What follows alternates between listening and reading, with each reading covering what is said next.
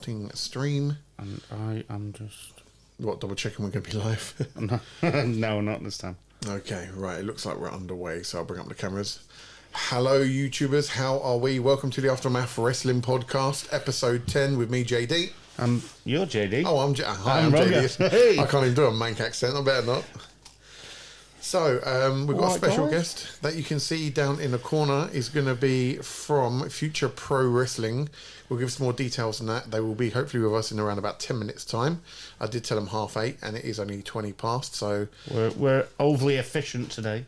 Yes, we're just going to fill the next 10 minutes with the usual bollocks that we chat about. Let's do it. Last week we enjoyed the interview with Alexander Roth and he had a busy weekend. So I reckon we maybe could talk about him for 10 minutes. What do you think? Yeah, let's go. Okay, so do you remember which promotions he was working for this weekend? I remember one, but it's gone out of my head. If you give me a second. No, I had it up. Yep. Was that for his title match? Yes. Okay, so he had a title match which was for his longest reigning title, I believe, which was over 1,000 days, about 1,100 days, I think it was. Oh, it's UK Pro, wasn't it? It was UK Pro, wasn't it? Yeah. UKPW. United Kingdom Pro Wrestling. Here we go, one of the biggest brands in the UK. Yes. And he was their champion for over 1,000 days. 1 second. And sadly, he lost the title this weekend. Robbed. And he lost it to, was it Basham? Yes, Louis Basham. Yeah, Louis Basham is a new UK champion. Yeah, it says championship. So. Yeah.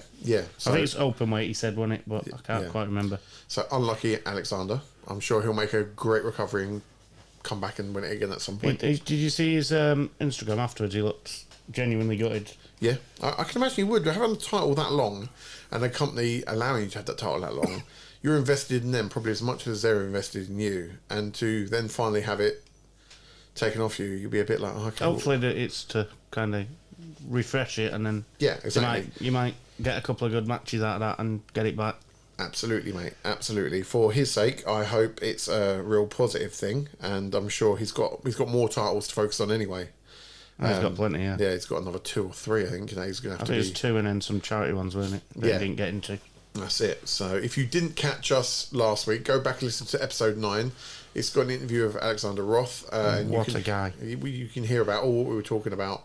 And as we said, we're big fans of him as well. And actually, he'll probably come up in the interview later on because I believe he's going to be a part of one of the shows coming up, which originally was going to be held in ICC in Crawley, but I believe there might be a venue change.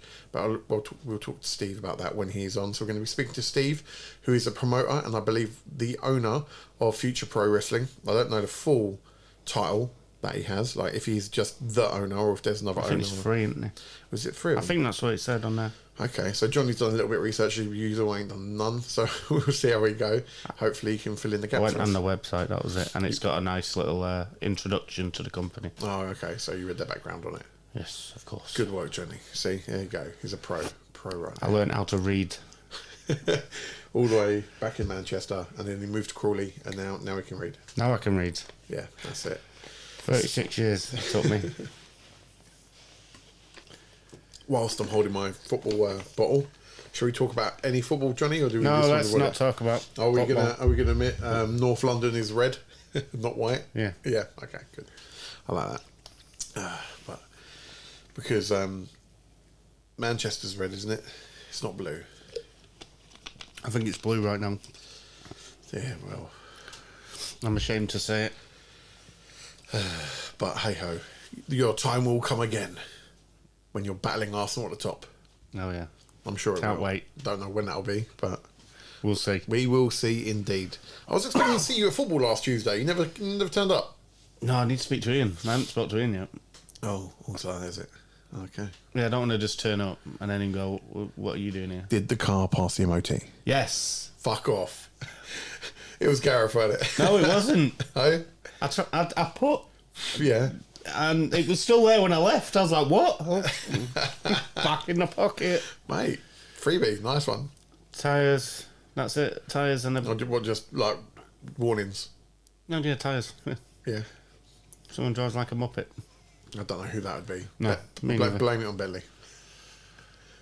All right, good. That was a good week then. It was a great week. I wasn't expecting much. Yeah.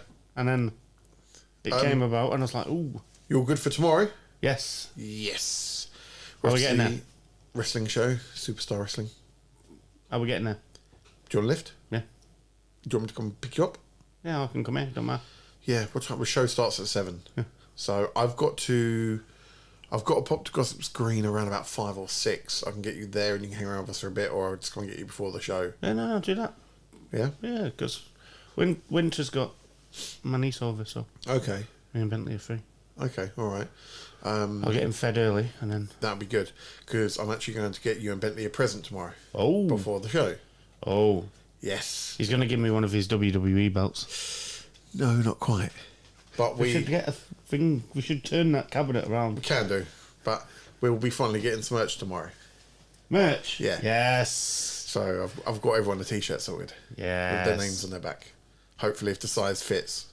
I don't know if Bentley's will fit him. Just a pure guess. You got Fat Boy for me, right? I got you a Sumo. double XL. Yes, that'll work.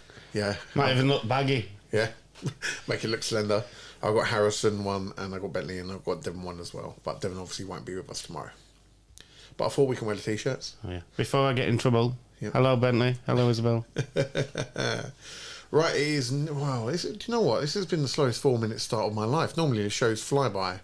When we're waiting to pick up a guest, it takes a bit of time. So, but I'm going to ring him in, see what he's saying. Let's hope he's answering. Yeah, I'm sure he will. Let's have a look up. Oh, mate. Oh, great. I've got to update. What's up? Oh, don't do that to me. It's ringing. What was it? Ringing? Hello? Is there any sound? Ring, ring. Can't hear nothing. Let's hope he doesn't answer. Yeah. Steve. I can't hear shit, can you? No. Don't tell me you broke it. Oh, probably. I would do his Facebook like we done with Roth last week, but I can't remember his surname. Evans. Are you sure? Yes. Really? Yeah. Mate, you're a genius. We're not even friends. Fucking love it. Love it. Right, I better text him, I suppose. We are, as always. Yeah. Ultra prepared. I got here early to prep as well. Mate, you were brilliant this week. I was on time. I was ready to go. At least we sorted the issues out with the mic. Yeah, true. How did you think everything's... Oh, okay. Great. Hayley, dog. Oh, it's coming through. Yeah, I now. know, I want to call it. I need to pick up, but I can't because of the dog. Where is she? Pick up and then I'll get her. Yeah.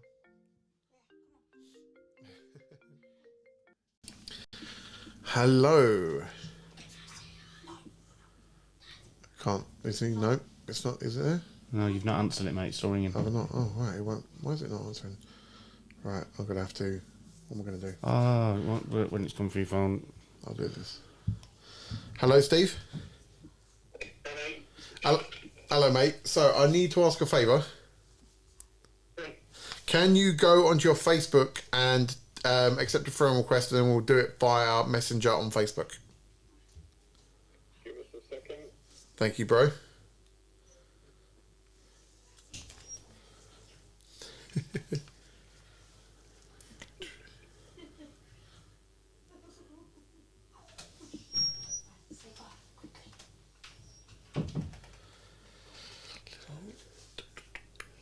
There's some paper thin walls in these new houses. Yeah, I know, mate. It's dreadful. Steve? Oh. He's disappeared, hopefully. Let's go to Messenger. Hi.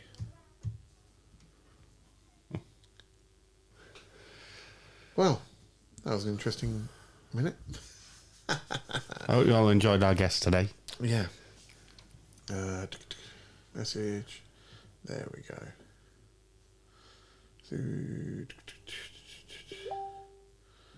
Oh, that's promising. What a response. Yeah. Yeah, there we go. It's all good. Right, let's call him in. There we go. We can hear something.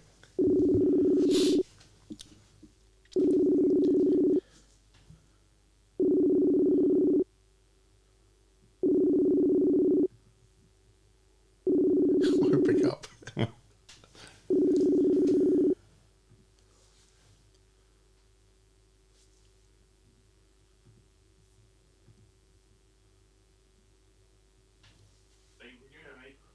Hello, I can just hear you. Can you hear me?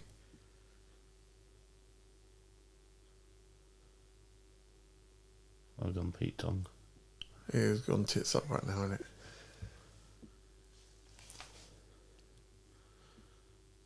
Quality of the call. No, I'll tell you it's better. All right, so Please stand by. please stand by. Oh, he's messaging me. Can't hear a word. Couldn't he's saying. hear.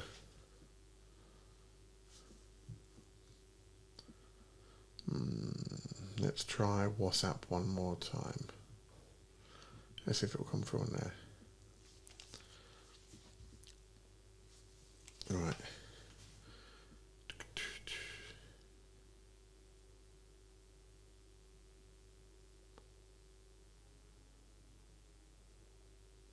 Nothing so far. Hello? Steve? Muted. Nope. He's checking his button. It's not coming. Why is it not coming through today? Bollocks! It says bollocks, isn't it? Let me try. Odd. We could bear. You did hear him, didn't you? Yeah. But it wasn't just me being deaf. No, it was. Very, very slow. It was like if I went and stood at your back door. Yeah, it was like, hello. Right. Gotta sort it out. This is one I'm excited about. Yeah, true.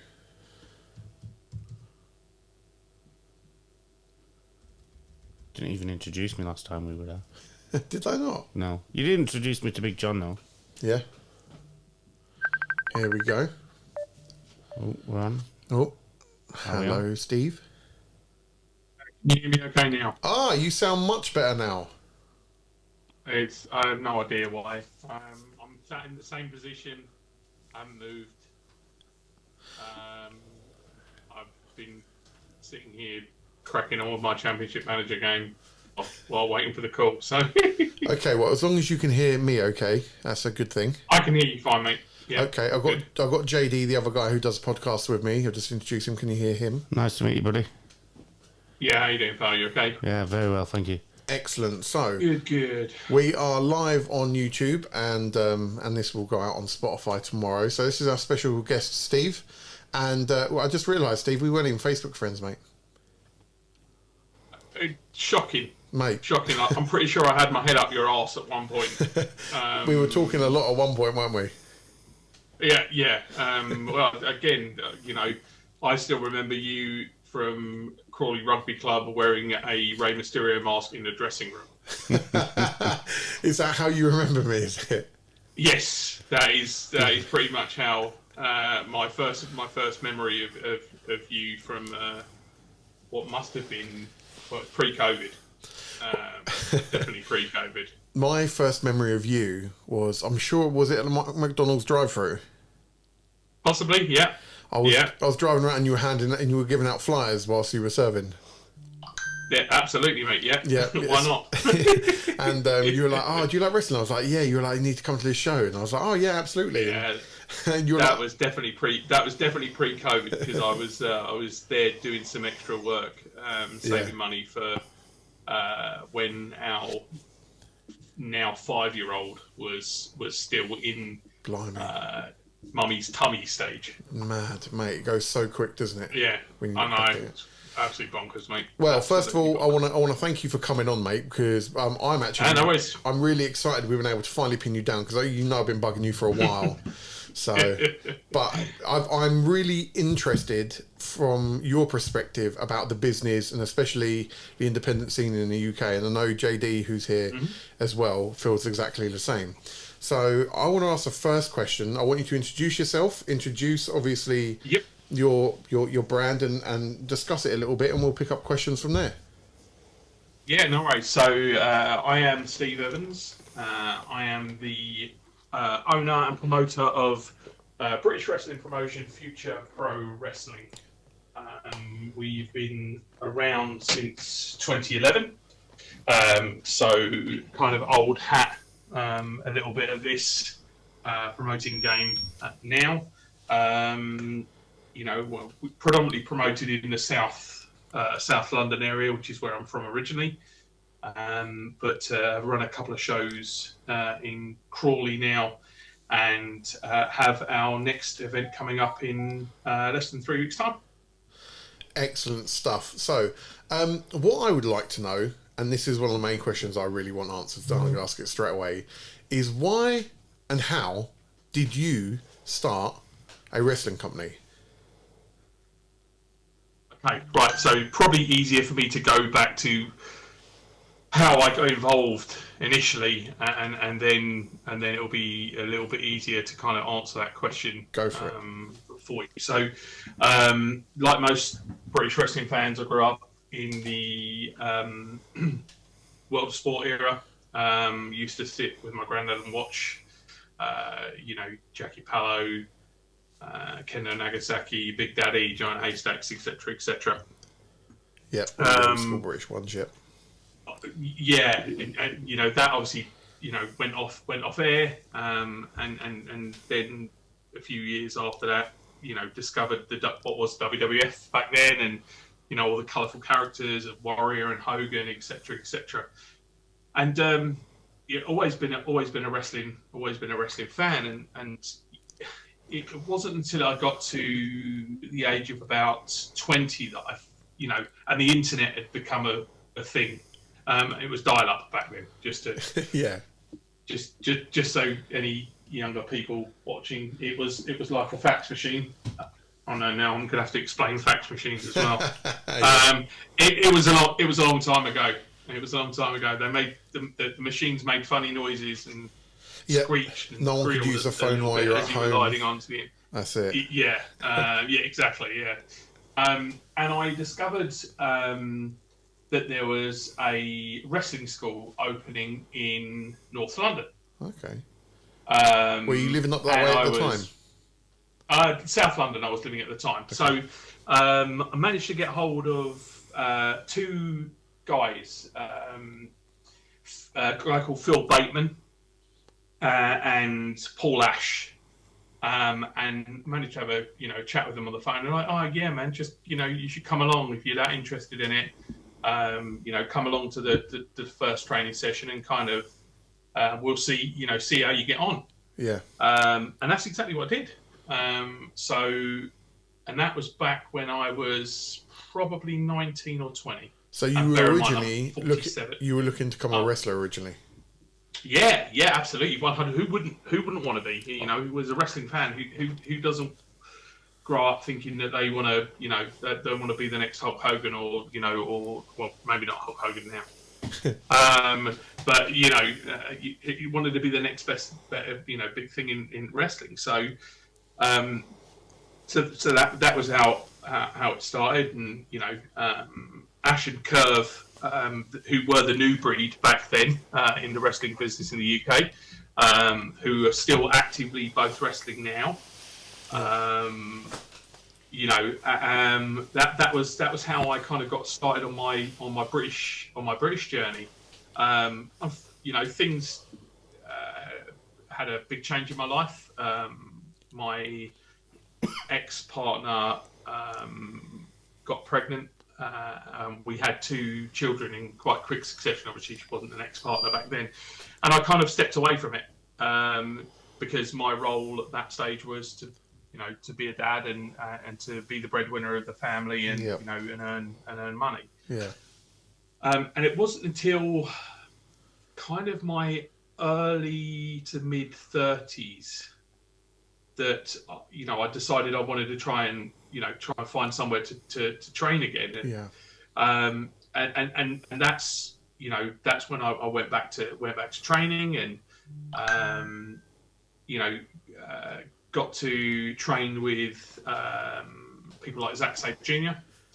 And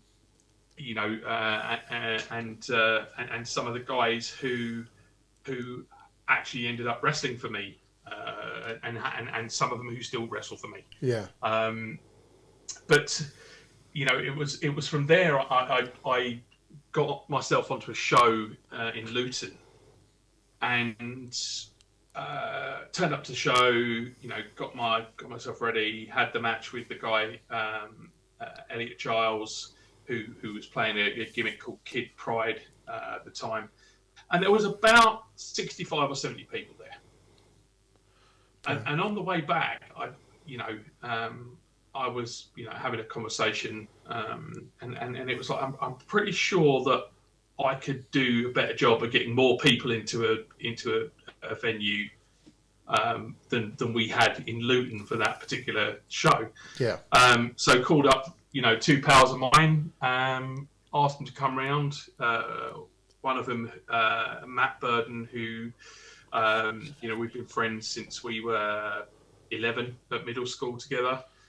He'd been doing some podcasts, so was ideally placed to because he had the personality to perform the MC, the in-ring gimmick. Yep. As the MC for the show.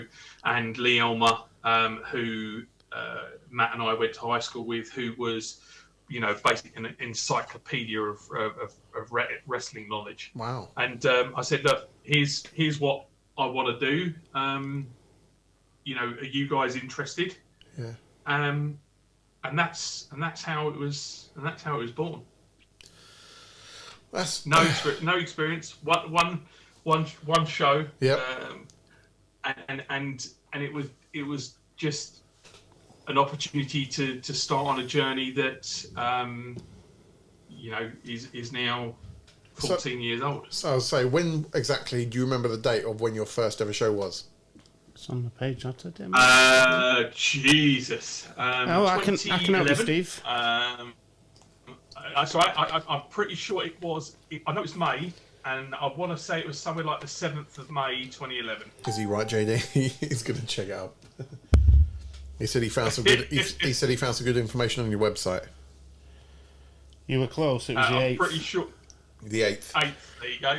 Yeah, so one day up. So yeah, so that was how FBW was born. Who did we have on that show?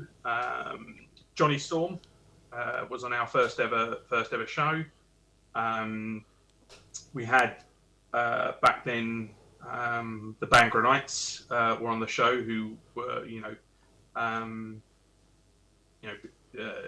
big tag team but back then in the UK.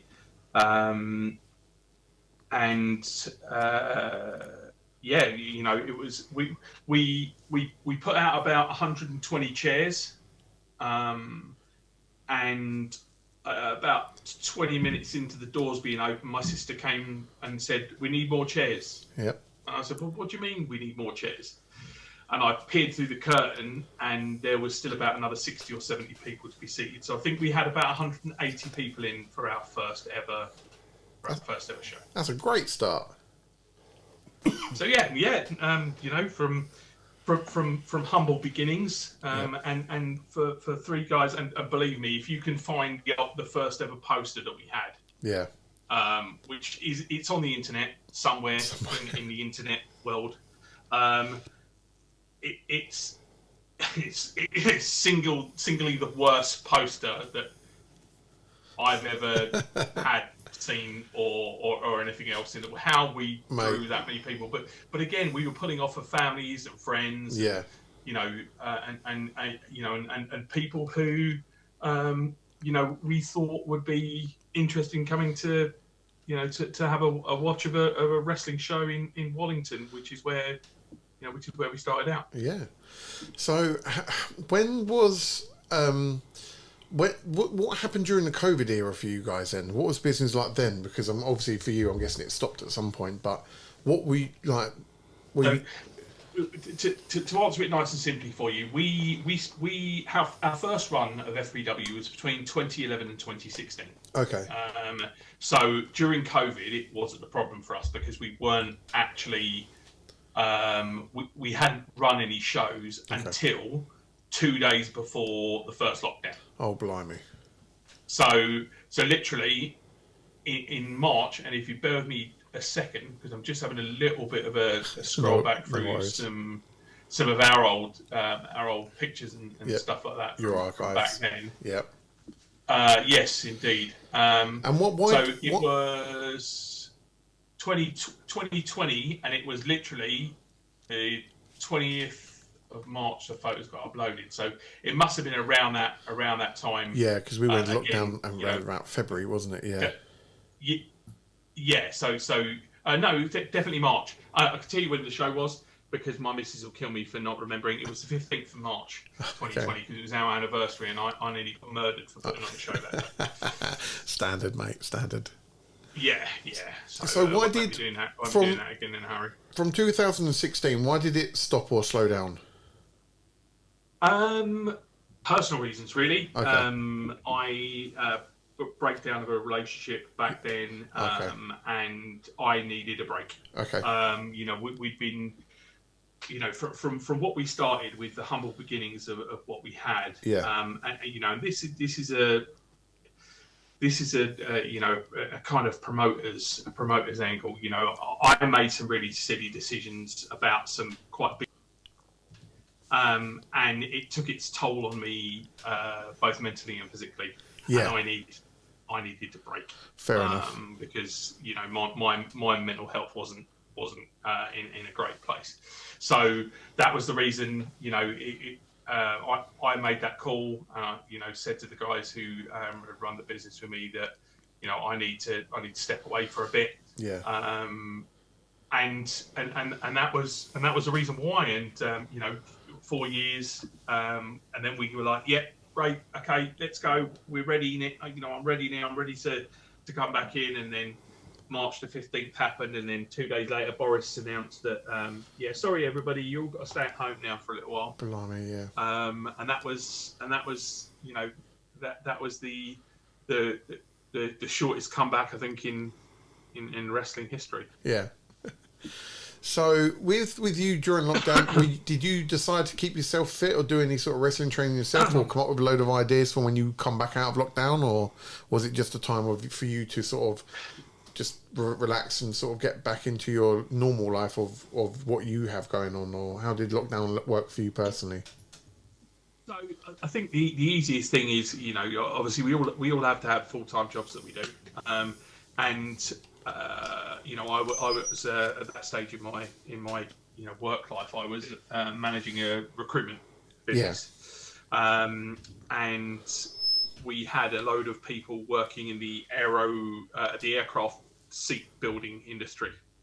Yeah. So you can imagine when lockdown happened, that kind of went to nothing. So we ended up, I worked all the way through lockdown for my day job. But as I mentioned, in January of 2020, mine and my partner's son was born. So really, it was work, and when I was able to work from home, enjoy spending time with the little one and watching him grow up. Yeah, JD's. I think you were going for the similar sort of thing. Yeah, my daughter was born in January 2020. Yeah, so you're just babies. It's really, COVID babies, and it's it was a weird, very very strange time, and I think all of us were very glad to come out the other end of it.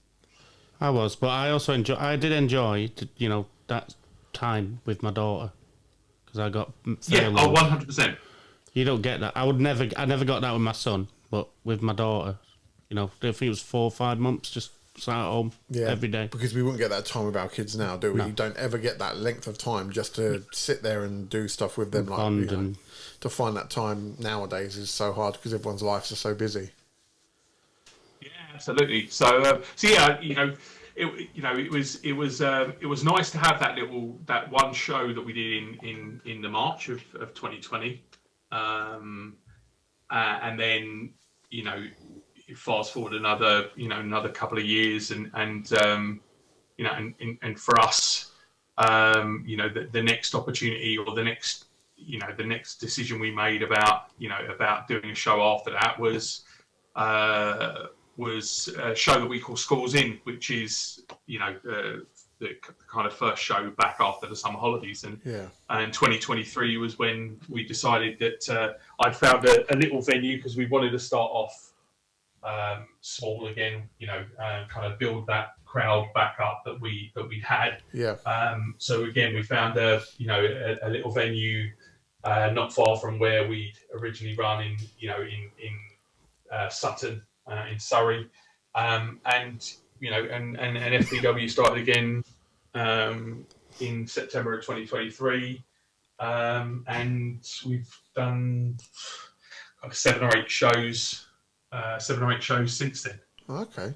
Who did you come up with the name with Future Pro? Was it your name that you created? The three of us did. So we knew it was going to be FPW. That's what we decided. But it was a case of what's the F stand for? Yeah. And Future Pro is born out of that. I think what we wanted to do was the mission statement for FPW is to inspire a new generation of British wrestling fans, people who've not seen what a British wrestling show looks like. Yeah, they know the glitz and the glamour of a WWE event or an AEW Wembley event, because people pay hundreds and thousands of pounds to go and watch those shows. Yeah, tell me about it. But what they don't see is how the guys in the UK start off. Yeah, absolutely. And we were very, very fortunate, as a business to have worked with some guys who are going great guns. Yeah. One half of our former tag team champions is Will Ospreay. Yeah. And Will. It was very, very strange seeing Will walk out at Wembley to wrestle Chris Jericho. I bet that was really cool, though. Given that, when we had him debut at FPW, he was that excited to be there that he ran round the ring so fast he ended up tripping over the corner of the ring post before he got in the ring.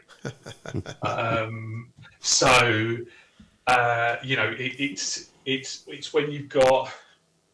It's when you've got guys, like that. Noam Dar, who wrestled for us before, Grado, who's worked for us, previously. Yeah.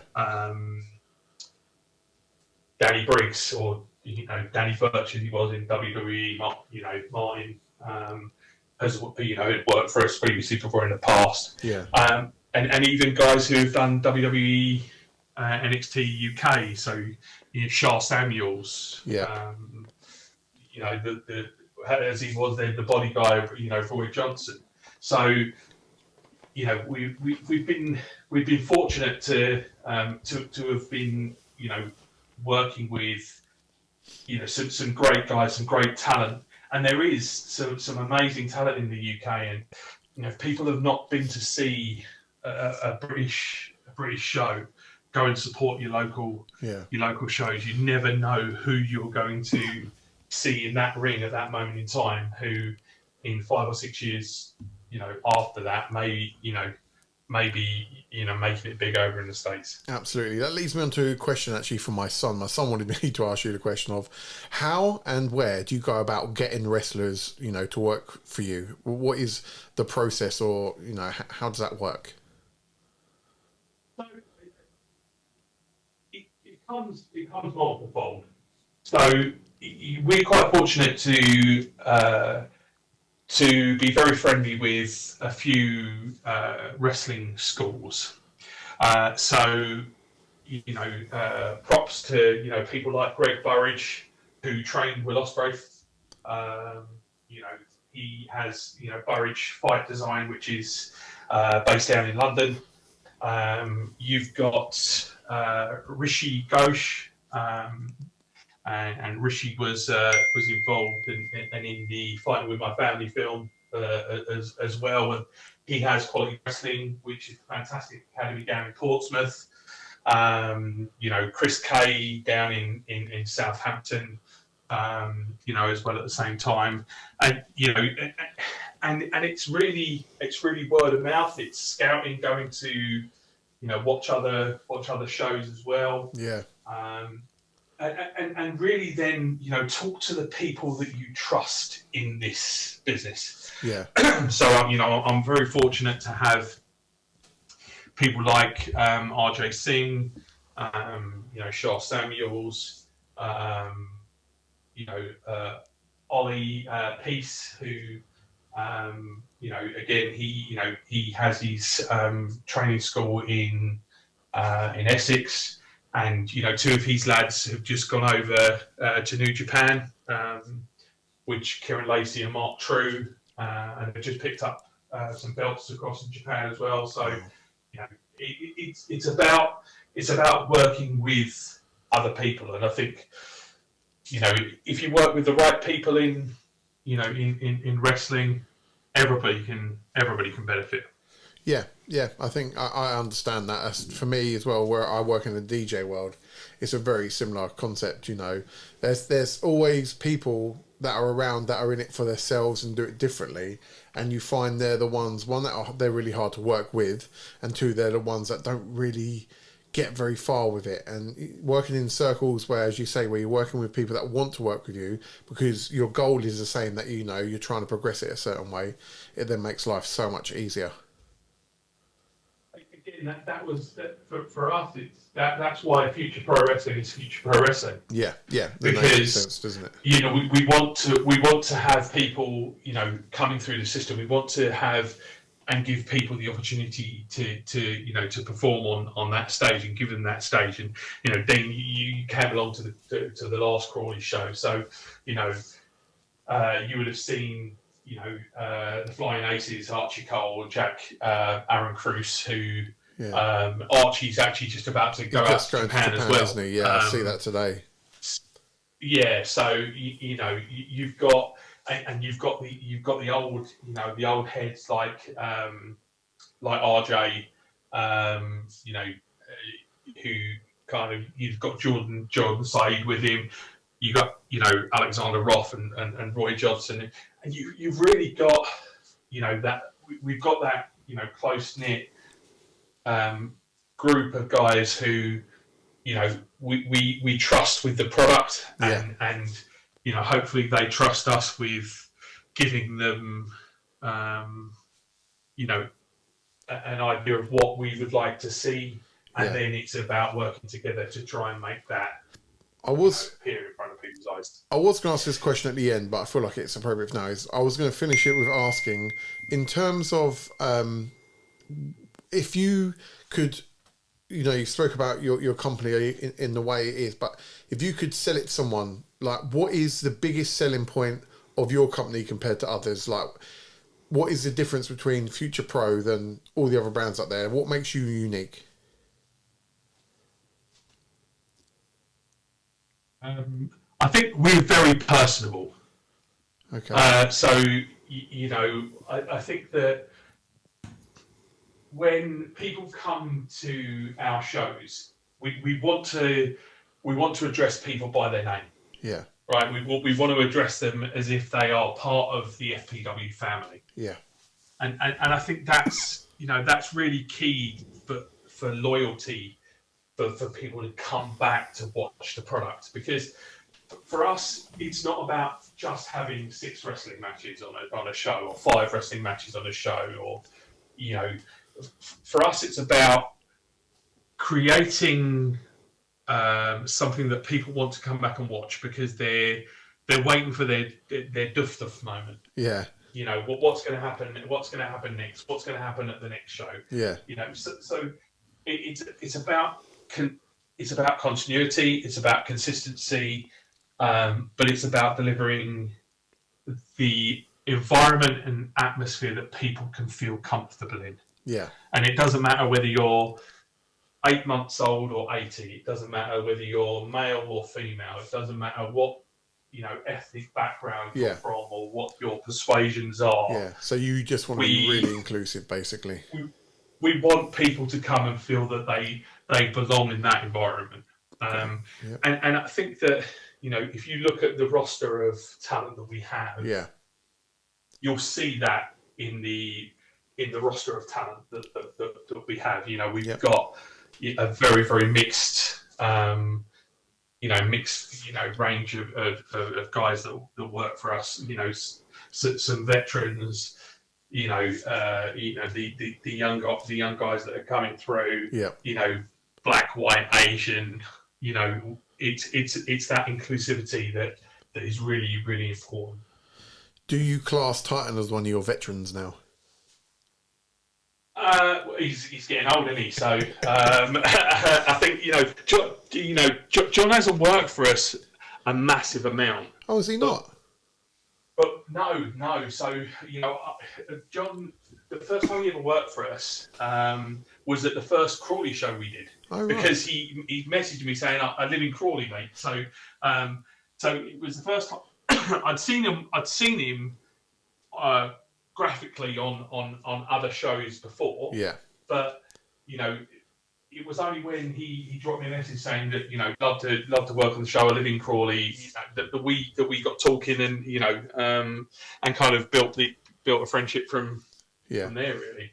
Yeah. Yeah, no, I know him purely because we went to the same school and things like that. And because I work in the DJ industry, he's always worked the doors. So I've always I've known him for years. But when I found out he was a wrestler, I always used to, he was the only one at the time that I really could speak to about wrestling too. There wasn't many people around me who gave a shit about wrestling, but he was the only one. So I used to love talking to him, and I used to just put on a mix and go and chat to him for 2 hours just about wrestling. And he's had some brilliant experiences. He has, and it's always good when I have a bit of a catch up with him, about where he's been, and he has. The guys done a lot of travelling around Europe, and that's why he's so bloody difficult to get hold of. Yeah, he's so difficult to get hold of. I've been trying to pin him down since we saw him back in the Eiffel show in November, and he's like, yeah, oh come on, but I still haven't been able to pin him down. Yeah. So you're not the only one. I send you messages. It takes him about a week to get back to me. So we won't take it personally. I also, me and JD really want to thank you for introducing us to Alexander Roth. We got to see him on the Eiffel show back in November, and we've actually, I would say, not fallen in love, but we admire so much what he does. We've seen him at a couple of other shows, and luckily we got to obviously interview him last week, but we're sort of in awe of what he can do and how flexible he is and things. And I'd imagine for a lot of companies, he's really good value. Yeah, again, look, Ruffy is a very, very talented individual, and he's come on in absolute leaps and bounds, and again, that really is working with the importance of working with different people, working with different promoters, but also knowing, what kind of direction you want your character to go in. Yeah. So, for if this for you guys, if you haven't seen, the last 6 FPW shows, go onto YouTube and kind of have a look at the storyline that had been playing out for that period of time with Roth and the 8-7 and everything else like that, because you'll see there,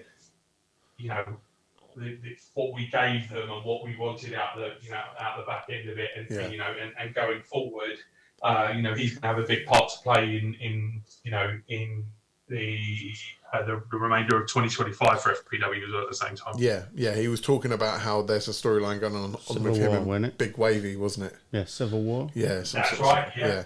So that's really got us sort of intrigued by it. And whilst we're talking about like your YouTube channel and that, do you know the names of them where people can come and obviously subscribe to them, or best places to watch you guys? Yeah, definitely. So if you go on to www.youtube.com/@futurepro-wrestling. That's where you can find our YouTube channel. Plenty of footage on there. There's some old matches from yesteryear on there. So you've got one as well, which involves Drew McIntyre versus Davey Boy Smith Jr. from 2014. So Wow. Goes back into the archives quite a bit there. Yeah. Instagram, it's @Future Pro Wrestling UK. On Twitter, we're @FPW UK. Okay. And on Facebook, Future Pro Wrestling. Excellent, mate. You know what I love as well? Speaking to you now, I can just hear when you're speaking about it how passionate you are about your product and your company, and I love that. The energy that's coming off you, because at the end of the day, it is your baby, and that's got to feed through everything that show, portrays. And I'll be sat here like open mouth like that. Yeah, it's brilliant, and I'm so glad you still have such a love for it, because I can imagine it is not an easy job to do, and that's what I sort of want to lead on to next. Is like, how hard is it to organise a show, and then on top of that, to make sure that you've got enough money, obviously, to be paying the wrestlers and making the gate and stuff like that? Tell us the process of doing a show, the rewards and the difficulties you have. Yeah, I mean, listen, it's not for the faint-hearted. There's no getting around that. As I said to you when I rang you earlier on, I'd been to work today, got home, went out food shopping, back, then trainers on, posters in the bag, and out putting posters up in the local area. So for anybody who listens in and around Crawley, go out and check out the local shops. You'll see the upcoming FPW event on the 2nd of March in Crawley. It has its moments, and yes, of course you have to have love for the business, but it does test you, and it does test your time, and it does test your patience. Organisation of the show, I mean, listen, it depends what type of show we're doing. So let's go with the one that you're currently building up to. So, luckily, because that show will be attended by 150 to 200 people, it's a case of organising the card, which is pretty much there. Getting the poster design, getting those printed, flyers out, organise the venue, which, just so you're aware, we've the venue that we used last time, the back end of last week, we decided to pull out. So we've been I've been running around like a absolute nut job, but we've found another venue now. So the venue which we were going to use at Ifield Community College has now been replaced, so we're at Hazelwich instead. Okay, same date? Same date, same time. But it's just a mile and a bit down the road from where we were going to have the show originally. But it's things like that, Dean, that you can't legislate for. Yeah. When things like that happen, because posters already done, flyers already printed. Yeah. All with the ICC information on it. So now, as people book tickets, it's as the owner, it's my responsibility to pick up the phone to people and go, unfortunately, here's what's happened. Yeah. The show will still be going ahead, but it's going to be happening here. And then it's a case of messaging all those people in the morning. So if you can imagine the worst headache you could have, yeah. But the reward at the end of it is seeing all the faces of the people that come to watch the show, and the reaction that they give to the guys in the ring as they do their jobs.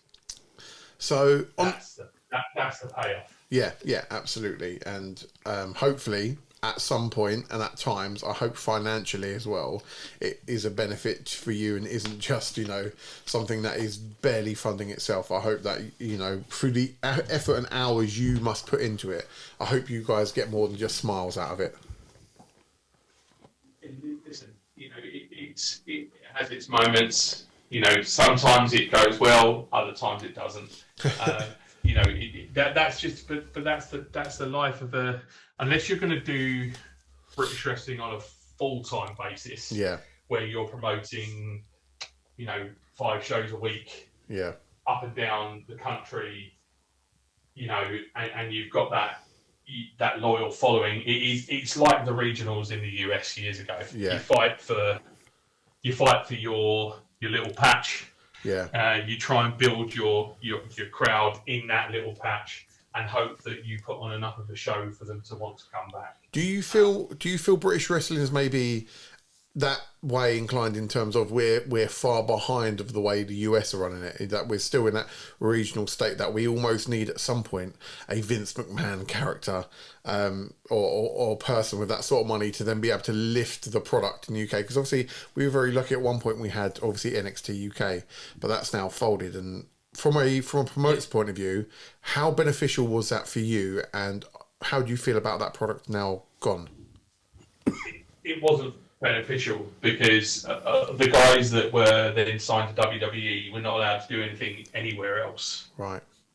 So that they and I can only speak for myself, but they gobbled up talent. Yeah. And then they WWE screwed 1 or 2 promoters over quite hard. And I'm going to name no names, but there was a show that was due to happen which was basically the last ever show for this promotion before they got bought out. Yeah. And WWE called all the guys off of that show. Wow. So they just completely screwed them, so they couldn't do the show. That completely screwed them. So someone who is back in the WWE now stepped in and sent over a few people from the place where he was working at that precise moment in time, including himself coming over. Yeah. And thankfully, it kind of it made the show really viable, and it was a fantastic show in the end. But do we need something like that? I don't think the UK is big enough, right, for that. Yeah. Geographically, yeah. This is just my opinion as a wrestling fan. Yeah. Not as Steve Evans, wrestling promoter. This is my opinion as a wrestling fan. Yeah, it makes sense to me though from that, mate, because you look at the size of just England alone. It's no bigger than Florida. Do you know what I mean? And that's just one region. We're a shoebox. Yeah. Yeah. When it comes to the size that we are compared to other. And if you were to Google how many British wrestling promotions there are now, there are hundreds. Yeah. There are hundreds. Which ones, other than your own, which ones do you really enjoy going to see or like having contact with? Which one of the out of all the ones that you're sort of aware of do you enjoy the most? I head down to Purpose Wrestling in south of London. We've got a very good relationship with David Francisco and with Bobby Davis, who look after Purpose. Bobby is lead commentator at FPW shows on the FPW YouTube channel, and David, has been working for us as one of our biggest heels for the last year and a half. Yeah. I go down to WrestleForce again because Ollie, who runs WrestleForce, does our ring for us, and some of there's a crossover with regards to some of the guys that work for him. I'll be honest with you. Outside of that, I don't really get a lot of time to go and and frequent other shows. Yeah. But obviously, still aware of of your Progress Wrestlings and your Rev Pros. Of course, yeah. We're all going to be talking, aren't you? So. Yeah, exactly, and PCW as well up in Preston. Yeah. Steve Fludder and I have conversations, and I can give you some information today based on something that is going to be announced, which I already made you aware of earlier on things. So, Okay. Jake Hager is going to be working with FPW. I'm bringing him across as his agent for some shows in May. Wow. So we are in the process of organising his tour. Wow. So he'll be up north in May, as well as doing a few shows down in south. Do you know, randomly, do you know of any good promotions up in Manchester? Well, Preston City Wrestling PCW is Preston, so not a million miles from that neck of the woods. There, and Steve Fludder, who runs PCW, they started at a very similar time to FPW when we started. Progress running in Manchester as well, but I can certainly find out who else is viably worth going to watch up there. Yeah, no, it's just only because JD's obviously is a Mancunian. We keep talking about going up to Manchester for a few beers and a wrestling show, so we're just trying to figure out what to be fair, I shouldn't even really be speaking to him, especially the Reds side of Manchester. Oh. We'll stick to the wrestling then, shall we? I'm a Liverpool fan, so I have absolute despise for the red side of Manchester. So. Oh dear. Well, you'll be happy at the minute, then, won't you? Yeah, absolutely. You stay with 15th. Enjoy your relegation battle. Yeah, I'll stay quiet as well then, because I'm an Arsenal fan. Yeah, I was going to say, yeah. Well, Indeed, mate. You stay in second, mate. You'll be happy. You'll be happy there. Probably, mate. That's if we've got up until April, and then we collapse in April anyway. So we'll probably end up finishing 5th. Yeah. So who knows, mate? Who knows with Arsenal at the moment? So, with your latest show coming up, is there anything else you can give us, or is the best place to go is just to YouTube to try and catch up on the stories? Yeah, I would say head over to YouTube, catch up with the stories. For those who are listening around Crawley, West Sussex, even into Hawley and some areas of Surrey, get yourselves along, come and watch the upcoming show.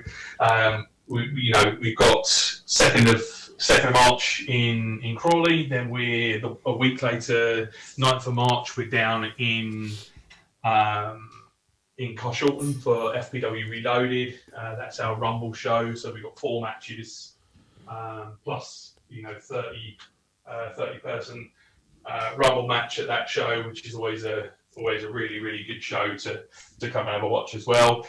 And then, as I said, Jake Hager's coming across in May, and he will be appearing in Carshalton on Sunday, May the 4th, for our anniversary show, Crowning Glory. That'll be right near my son's birthday as well, so no doubt he'll want to be at that show. I'm going to try and get him to catch up with who Jake Hager is, because he's a big WWE fan, so I have to take him back to when he was obviously Jack Swagger and teaching all that sort of side of it first. Exactly, yeah, absolutely, yeah.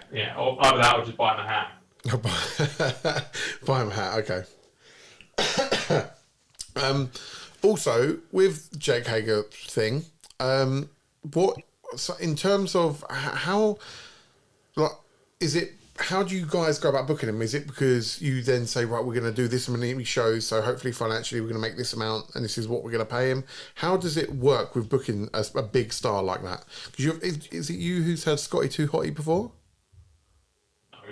No.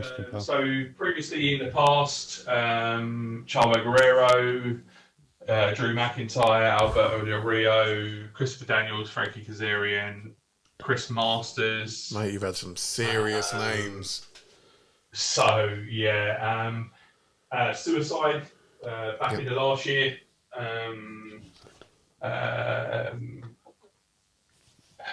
So I mean, from that point of view, we have had previous in the past. The Jake Hager thing came about because John and I were talking, and I said that looking at essentially getting in, wanting to get an import in at some point. And he mentioned that he'd worked Jake Hager before at W.A.W. Okay.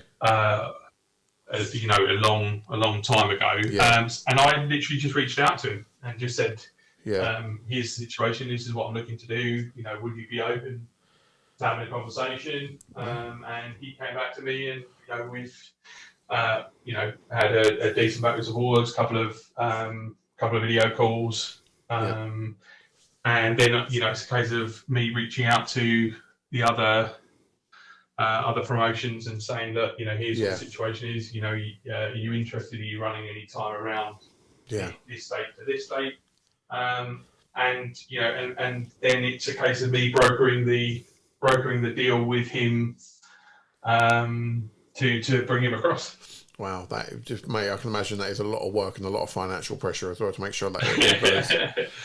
But when that well, again, it's about negotiation.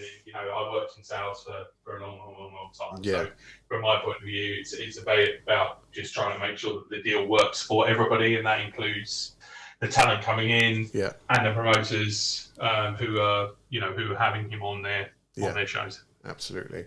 Well, mate, I think it already sounds like it's going to be a great period for you guys, and I'm really looking forward to that show. A quick question: will Big John Titan be working on those shows? So John is definitely at the March 2nd show in Crawley. Excellent. Can we get there? Not going to give any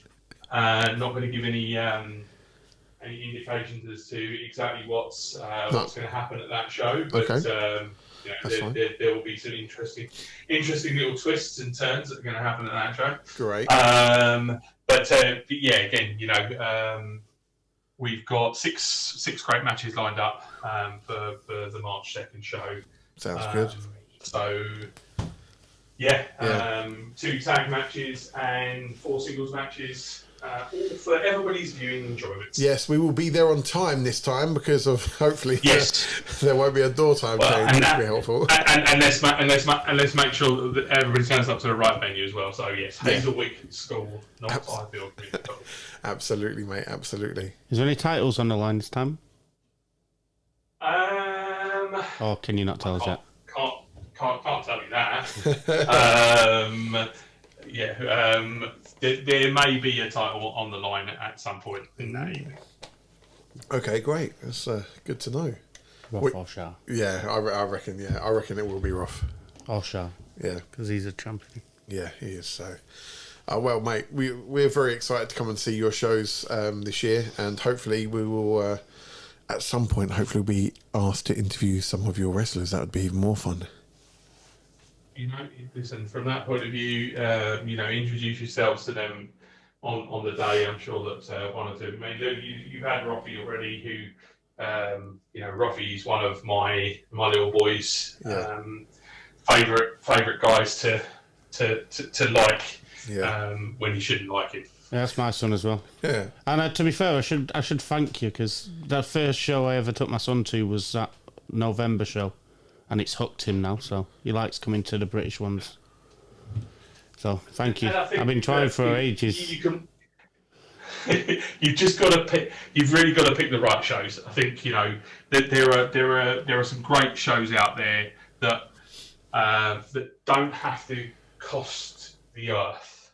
Yeah. And you can come and that's the other thing. You mentioned earlier on, Dean, about what we're proud of is that for 2 adults and 2 children for 40 quid on a Sunday afternoon, if you go bowling now for 2 games of bowling, it's going to cost you 60. If you go to the cinema, it's going to cost you probably the same and then by the time you then throw popcorn and sweets and everything else like that on top of it, you're not walking out with much change out of 100 quid. Yeah, we brought this up on the podcast a couple of weeks before, didn't we? did. Yeah, we were talking about, what can you get for these prices these days? As you say, what can you get for a family to go out on 40 quid these days? It's very, very little, and but meals. wrestling is a part of that, so it's very unique in the terms of value for money. You go to cinema and you're going to watch a film. Yeah. You pretty much can identify what the middle and the beginning and the end's gonna look like. Yeah. I think the good thing with coming to a live wrestling event is you never know what's gonna happen because you don't know what us as promoters and the guys as wrestlers have got planned for you. And that's what makes it our style of entertainment so unique. Absolutely, that's part of the reason why we all fell in love with it. We don't, Yeah, absolutely. Back in the day when there was no internet, and we had no idea what was going on, and we had to watch it to find out exactly what was going to go on. That was part of the love. And you borrowed your mates' tapes of WrestleMania and all that sort of stuff, and yeah. So, what is who at the moment in the big part of the industry? Let's talk about the bigger brands, WWE, the AEWs and TNAs and all that. What is it you love? Who is it you love at the moment? If you get time to watch it, what is it you're loving about the product and the big stuff? So, I think for me, Kevin Owens is. I was going to say, I feel like you're a Kevin Owens / maybe Gunther type of fan. Yeah, listen, I've grown up through, because of my age, I've grown up through so many different eras.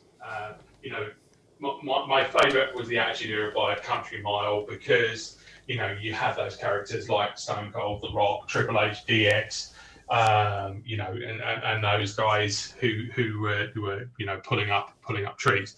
But I think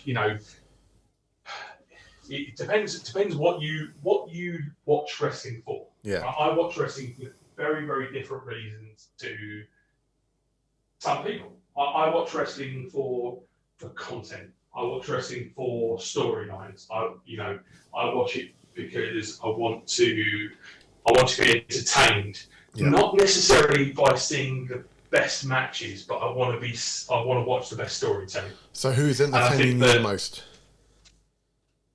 What's that, sorry? Who is entertaining you the most at the moment? Yeah, this is the thing, probably the whole... that Kevin Owens-Cody Rhodes match from the Royal Rumble. Yeah.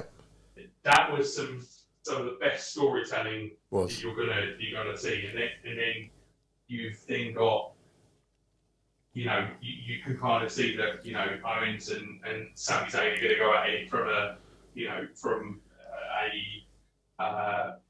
WrestleMania point of view. Yep. So I think it's things like that that has me more encapsulated than anything else. So I think definitely those two characters. Jey Uso winning the Rumble, it was a bit of a meh moment for me. Fair enough, mate. You're allowed your opinion, and that's I'm what not. Right. Yeah, exactly. I'm not really overly invested in Jey Uso. What I did like was how Roman, Seth, and Punk all got eliminated in the way they got eliminated. Yeah. Some of the storytelling. We were talking about this in the Rumbles in general because we reviewed the 95 Rumble a couple of shows back. And 99. Was it? It was 92, 99. Was it? Yeah, and some of them were dreadful, but some of the storytelling in the Rumbles recently haven't been nowhere near as good, but we did feel the Rumble this time around was really good for storytelling. Yeah, I think what it does is, what a Rumble does, and ours will be no different when we have our Reloaded show. That's the time you reset and you start planning your stories for the next 12 months. Because that's when the opportunities, who's going to eliminate who's going to throw who over the top rope, who's going to do what in that, because it is every man for himself. Yeah. That's when you're able to kind of manipulate and start building those stories to where you want, the next 12 months of content to be. And we're no different. Steve, have you ever been to one of the big pay-per-views, PLEs, over in the US at all? Never. Right, I'm gonna put it out there right now. I've got to bug JD to go to one, so I'm gonna start bugging you. Like I'm very lucky. I've been to a lot, but it sounds like I need to take you to a Royal Rumble at some point.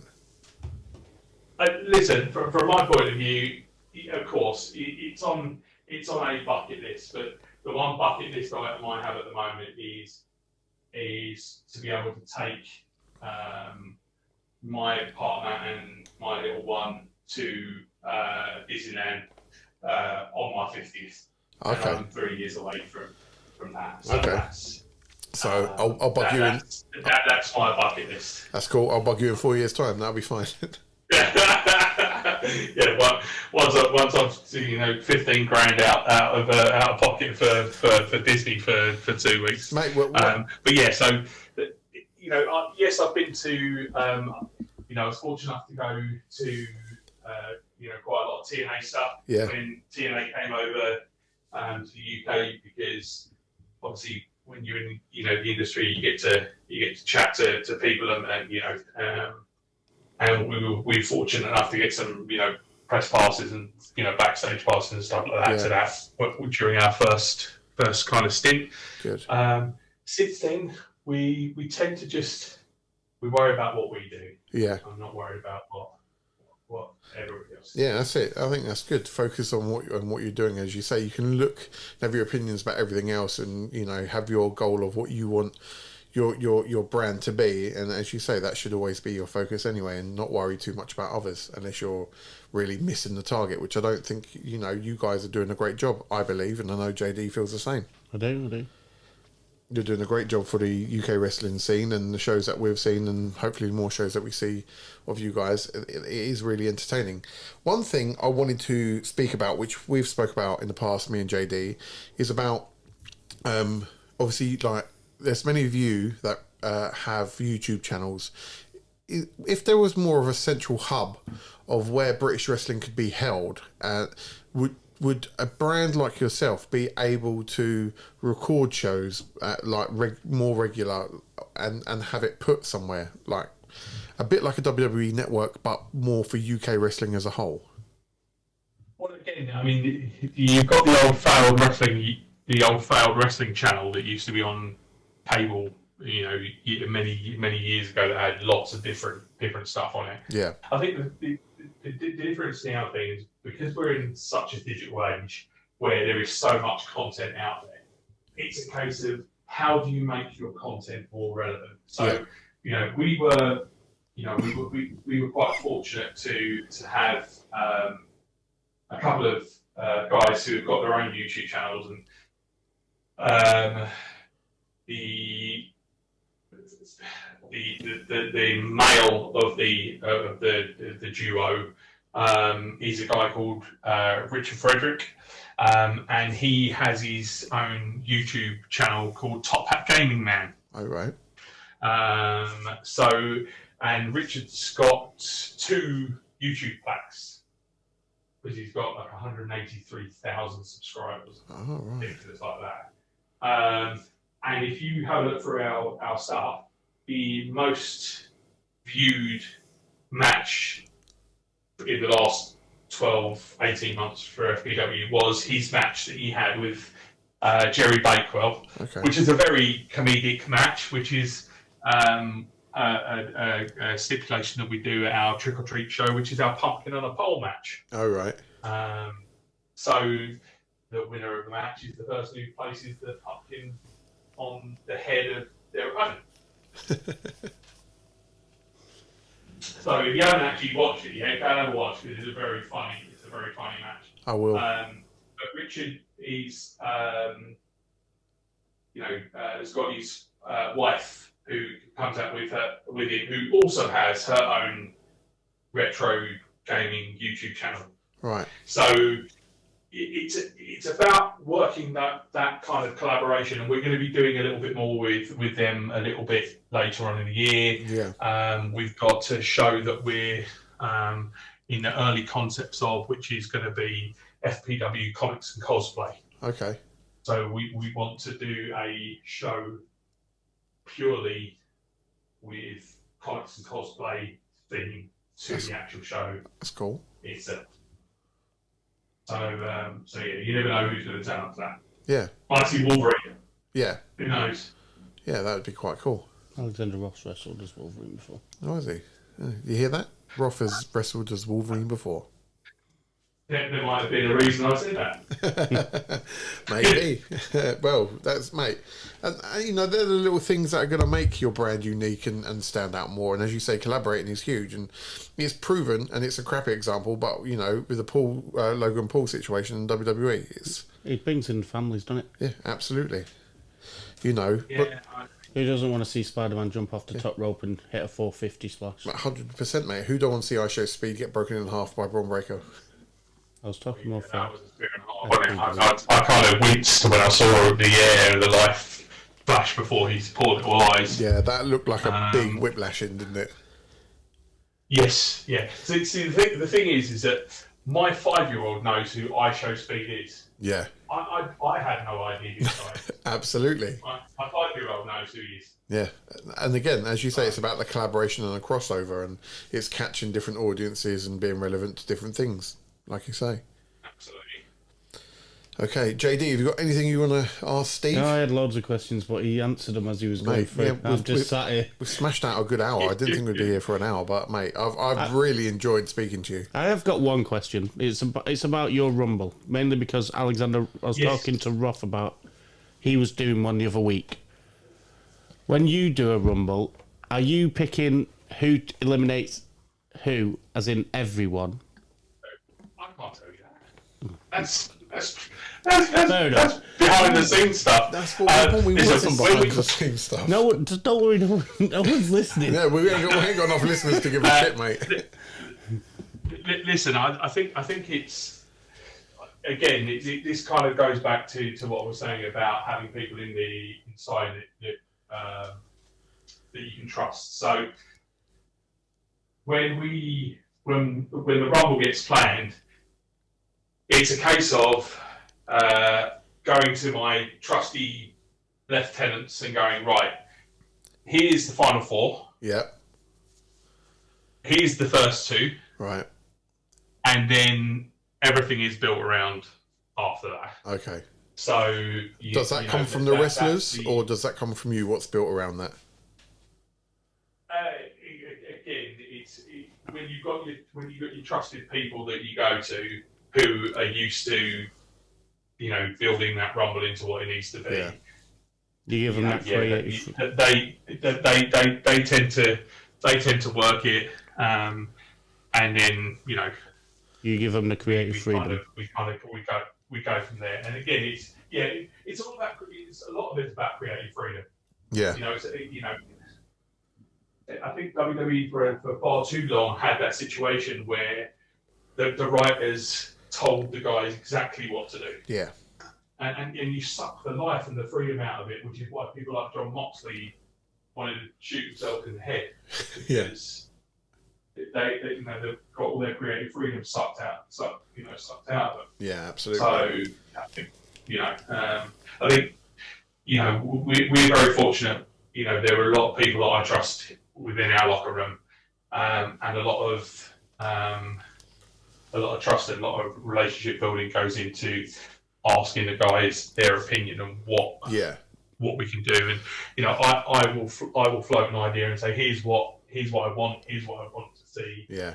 And then they might come back to me going, okay, that's fine, but what about this? Yeah. And I go, it works. Yeah.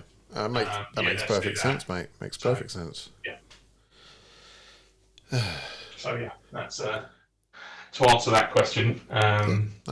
It's fun times when we do the Rumble. Yeah.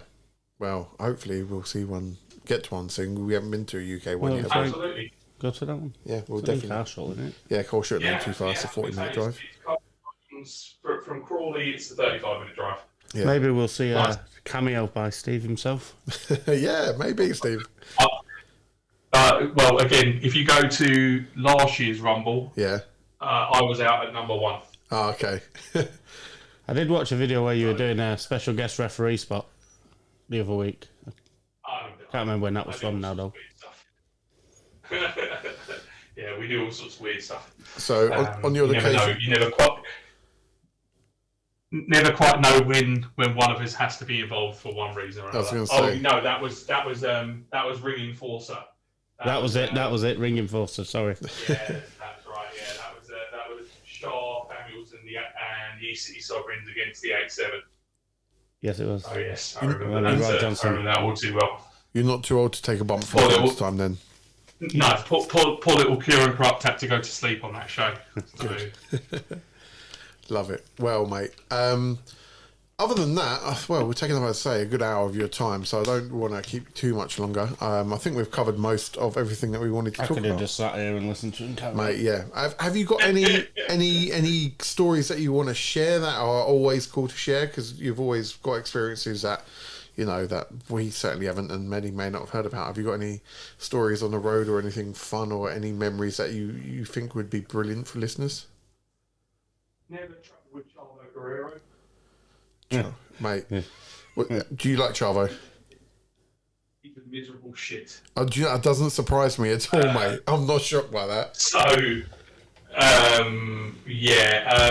Sean Spears is an absolute gentleman. Oh, good to know. MJF lives his gimmick. Does he really? Oh, yes. That must be work. On said show that happened where the WWE guys got pulled out, the guys were being flown into Gatwick, and obviously, as we don't live far away from there, the promoter said that any chance you could grab Sean Spears and bring him up to Stevenage for the show, and I was like, yeah, that's absolutely fine. So Harvey, my stepson, remembered Sean from his time as Ty Dillinger for WWE. Yep. And wanted to come along for the ride, and he was unbelievable for the whole day, into the evening. We grabbed a Nando's, grabbed MJF's Nando's, and literally when we brought it back, MJF was just in MJF mood. I respect him because of how he was, and he really hadn't made that step yet. Yeah. To where he is now in AEW, he was still quite green. Character wise was kind of coming up. But Chavo's a miserable sod. Never again. Bob Holly, again. I had to tell him to stop calling me sir. I was getting freaked out by it. Bob wrestled Shaw Samuels on a show we did back in 2014. Yeah. He had called me sir, and I was like, Bob, look, my name's Steve. Please. While I know it's a respectful thing, just please call me Steve. I think, is it a story? No, but I'll put this out there, for anybody who wants to pay attention. If you want to do anything in the wrestling industry and the wrestling business, find a reputable training school, find reputable people who can teach you properly and understand every element of what the business is, like I said, Greg, much major props to Greg Burridge. The psychology that Greg has in the industry. He took a very young Will Ospreay, and Will was doing all sorts of weird, flippy, wonderful stuff that Will did. And if you look at Will now, all the influence that Greg had over him is bearing fruit now, because he's more rounded. He's a fantastic storyteller. Yeah, 100% more rounded. Yeah. who's sort of been your biggest surprise over the years that you've seen? Maybe, obviously, for example, you've given Will Ospreay. Is there anyone else that you've seen from a young age to now where you're like, wow, the transition's been amazing? I know you mentioned him earlier, which was Drew McIntyre, but I feel his transition from when he left WWE to now has been amazing. Yeah, I mean, listen, when Drew was first around in WWE, he was labelled as the next big thing, as everybody knows, everybody still gives him shit for. Yeah. But he needed. Sometimes you need to take a step out of the limelight to find yourself. Cody Rhodes is a prime example of that. 100%. And Cody had to take that step away because he was always Dusty's kid. Yeah. He was always, he was always the little brother. Yeah. And he's come, so far since then. And it's when you see that type of journey that you kind of respect how much of a trodden path that person's had to go through to get to where they are. Yeah, absolutely. And I think sometimes, as you say, those harder routes, those harder times brings out the best in some of the characters. And as you say, Cody Rhodes is a perfect example of that.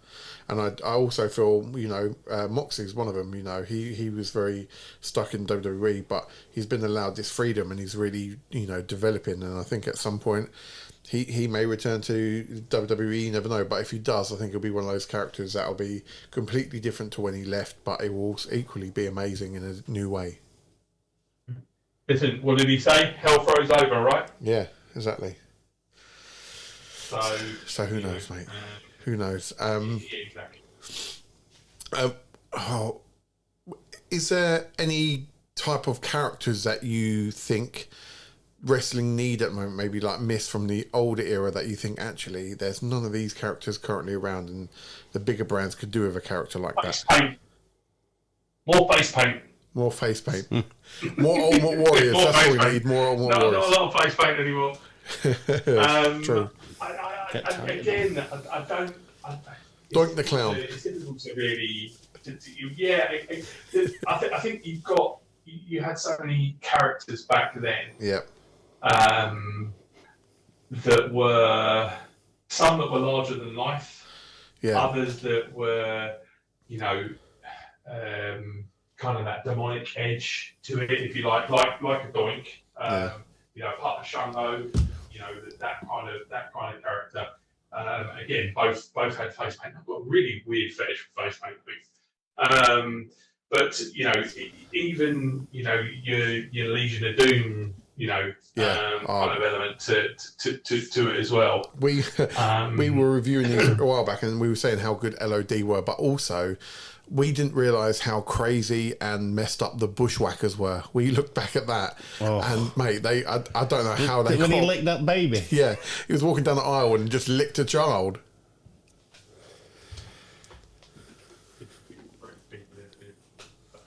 I think that to look at what was then and what is now, it's very difficult to do. It's like comparing, Kevin Keegan to Cole Palmer. Yeah. To give you a football analogy, right? Yeah. Yeah, I get you. One had a curly pearl, the other one shivers. Yeah.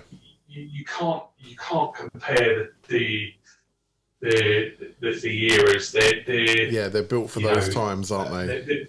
Exactly. It's so different now to what it was back then. Yeah. But that doesn't make it any better or any worse. No. It's just Definitely what people want to believe, and with wrestling you have to suspend belief.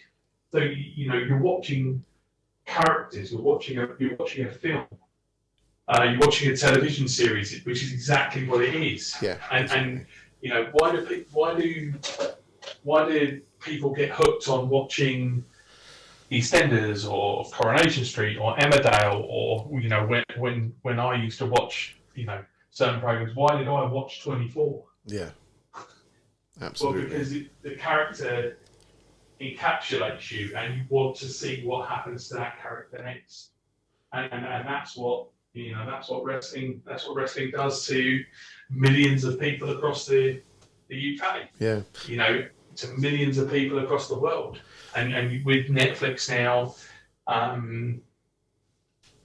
it's going out to even more people. Yeah. That wouldn't have had the opportunity to watch it previously. That's why I'm always in awe of the smaller brands like yourself, how you do what you do, because you, as you say, you love Kevin Owens and what goes on with him, and the feel of it, but you have to produce that within one show, within a 20-minute segment with that wrestler, to make the crowd feel what you feel, that has been longevity with that character, and to build up longevity in a 20-minute show is hard work.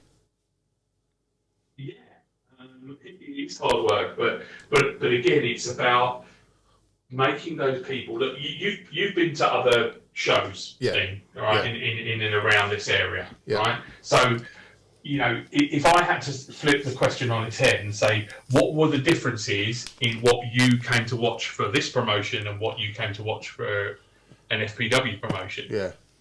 You're the one that has to sit there and think to yourself, well, why did I invest my time going to watch this one? Yeah. And why did I invest my time going to watch this one? Absolutely, yeah. You may have seen, and you probably did see one or two of the same people at both shows. Yeah. But what made you invest in one more than the other? Yeah, very true. Was it the storyline? Was it the fact that you felt that you were just watching people going through the motions? Yeah. Yeah. What was it that you were encapsulated by what the guys were being asked to do, or what the guys were prepared to give? Yeah. And that in itself is where you've got lots of different British wrestling promotions. Yeah. Some doing it because it's 5 wrestling matches, and others doing it because they want people to be brand aware. Yeah. And that's certainly something that we want. We want people to be brand aware of what FPW is and what it stands for. Absolutely, mate. And I think you're definitely getting that vision across, mate. So you carry on doing the job you're doing, because it is something that we, as customers, are really enjoying from you. And it comes across really well in this interview, that the love you have for it, and hopefully you're going to continue to do a great job for the UK industry. Crack on what we do, and that won't change. So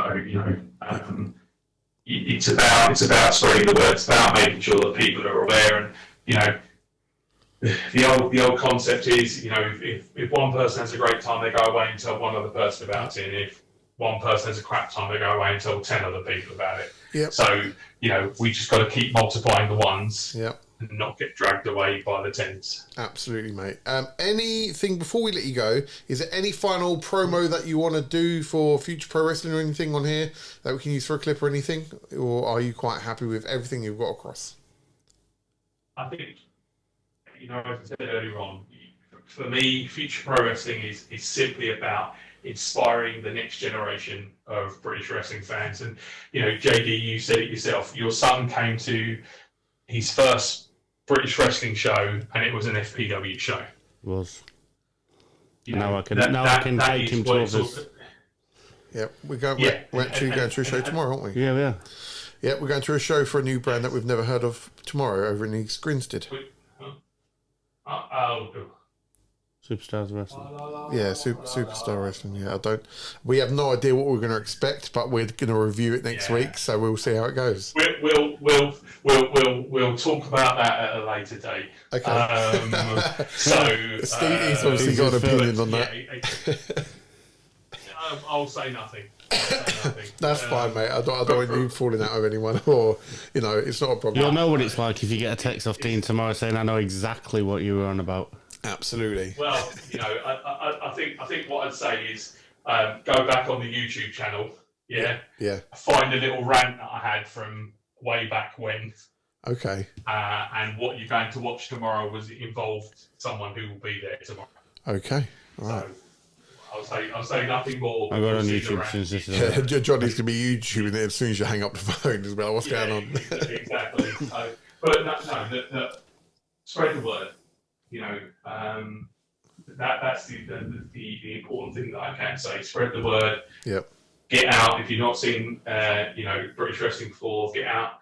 Some shows you'll go to will be fantastic. Other shows you'll go to might not be so fantastic. But keep searching. You'll find a product that suits you, that suits your family, that suits what you want to get out of it. You're absolutely right. There's a lot of talent in the UK.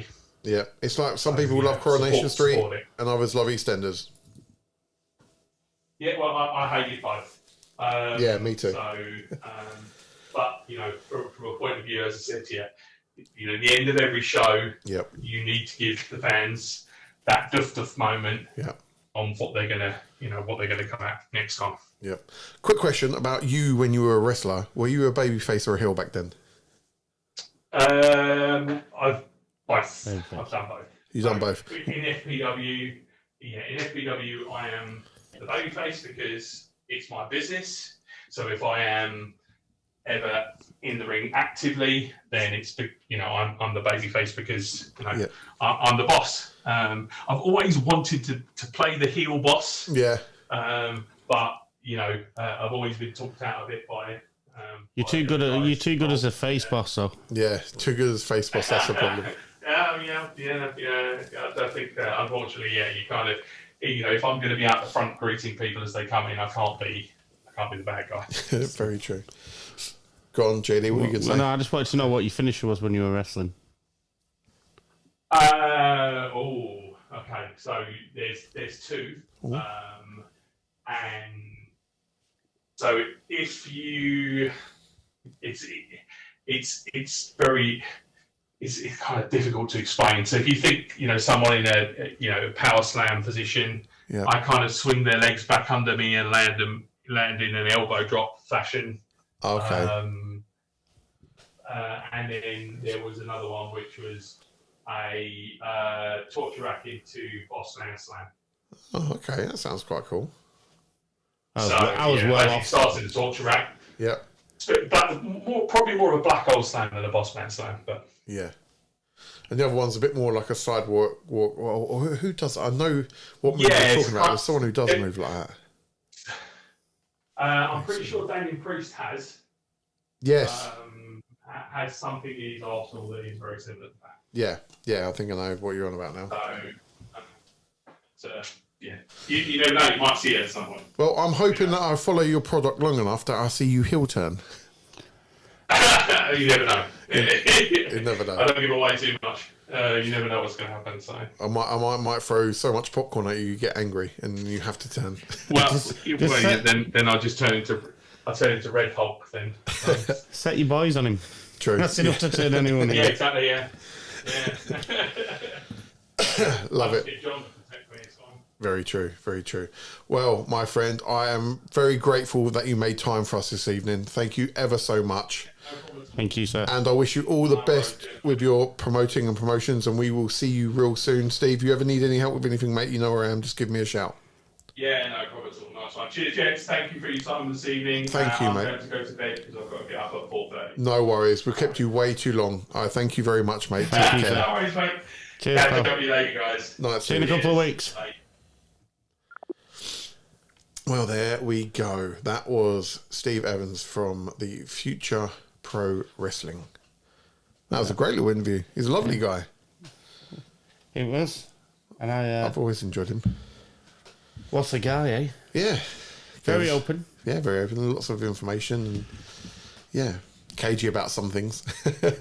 But I understand, why people are cagey. Yeah, that's it. Absolutely. I really enjoyed that. And if you want to know what he's like, Hazelwick, 2nd of March. Yes. Yes. Definitely worth a watch. Absolutely, mate. I would definitely agree with that. It sounds like it's going to be a great show, to be fair. I feel like I need to put this out there. Steve. So, yeah. Again, another local promotion down south here if you want to go and see Future Pro Wrestling. They've got a lot of talent they're using, and there's a couple of wrestlers that we really enjoy. And it was, to be fair, I think it was the first live show we went together. Yep. We were late, but only by half the show. Yeah, missed a half show. So we were late for the original opening time, which was, I can't remember now, 3:30 or something. Yeah. And we turned up at 4. But what they've done is they starting time to an hour earlier. So we were unbelievably late. So I went to see your mate John, and I missed his match. Yes, Big John Titan, who will be on here at some point.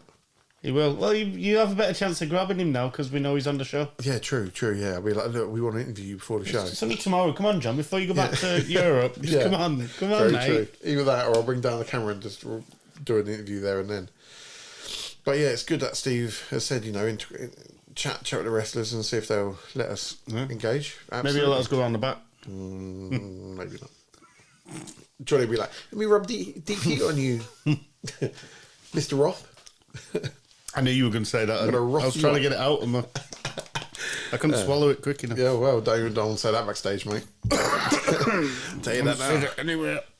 Right, so we've got our usual cack to waffle about. So moving on, we need to do our usual search on Google just to remind us on what the hell has gone on wrestling this week. I actually caught AEW this week. I haven't caught any TNA. We got last week's Raw. You didn't see, obviously, because you've just said you didn't see. But what, TNA? Yeah, Nick Nemeth suspended for 4 weeks. What do you do? He super kicked Santino. Oh, come on. Santino deserves a super kick from time to time. He does, but he's Mr. Authority. True, yeah. He was flashing his badge on NXT this week. You see him? Yeah. I loved it. He's such a good character. Cinema gosh. You son of a gun. That was it. What the fuck did I just say? Cinema gosh. I don't know where that's from, but I knew exactly Gibberish. what you meant. But yes, where should we... Right. Are you going to try and remember what went on with Monday Night Raw last week? Yeah, lead the way, boy. Oh, you expecting me? I'm going to have to get my phone out and Google it. And is it not on that Cage Rage, whatever it's called? I can't go back that far. It's a week ago, isn't it? I should really... I'm going to start screen grabbing it the day after. This is the problem when we do like a podcast a week later. I completely forget because we have SmackDown and everything on between. Oh, right, Raw. Oh, yeah, wait a minute. Jey Uso chose Gunther. Yes, he did. Because he got attacked, didn't he? Yes. Yeah, I remember that bit. Made perfect sense. It did. Yeah. It'll work a lot better for WWE, I think, with him. Yeah. Yeah, I think it's good. Oh, Steve's just messaged. Shall we see what he's saying? Oh, okay. That guy you're doing the podcast with, Dean's a dick. All right. Google Sanjay Bagga. I don't think he was meant to say that on fucking mic.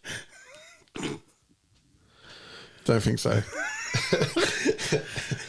Here's a promoter who's running tomorrow night in East Grinstead. Yeah, you weren't meant to say that. He's never going to trust us ever again now. Oh, first bit. He shouldn't text me whilst I'm doing the podcast, should he? Should have bought up Venom Wrestling. That's what I should have bought up. All right, yeah, I certainly ain't going to say I'll tell you what. 1 minute. I won't be reading any more messages from you, Steve. My eyes have gone now.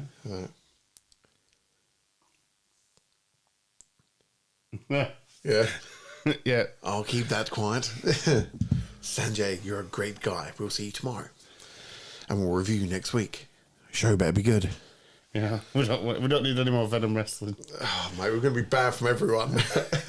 Although, we're going to go future pro shows. Although, I think we were a bit hasty because I watched one of theirs and it wasn't the worst.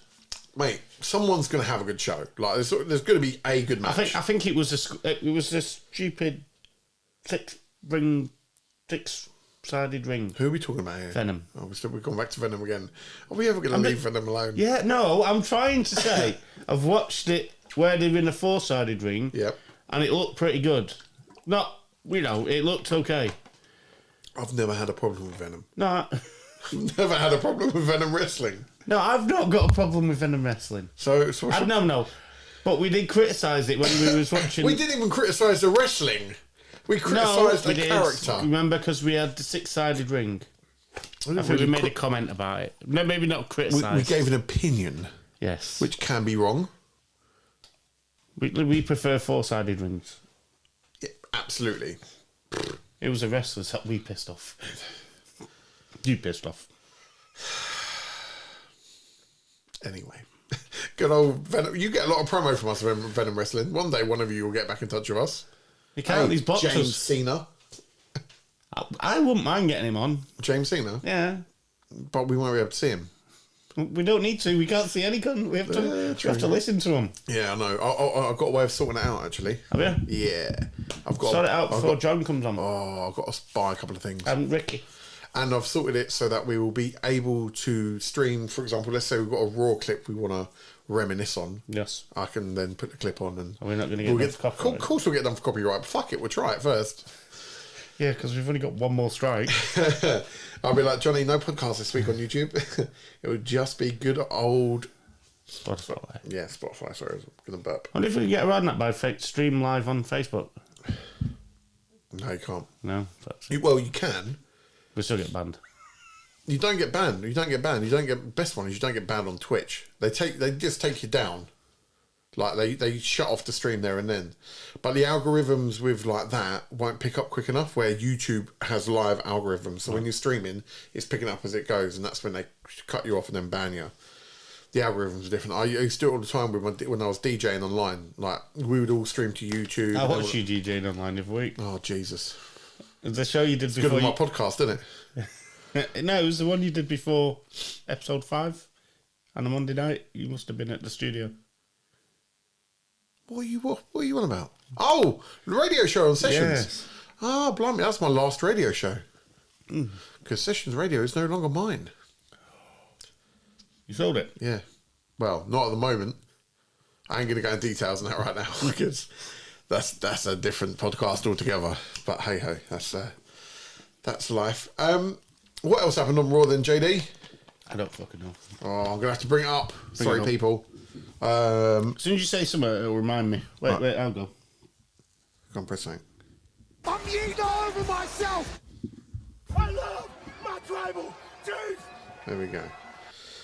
All right, Monday Night Raw results.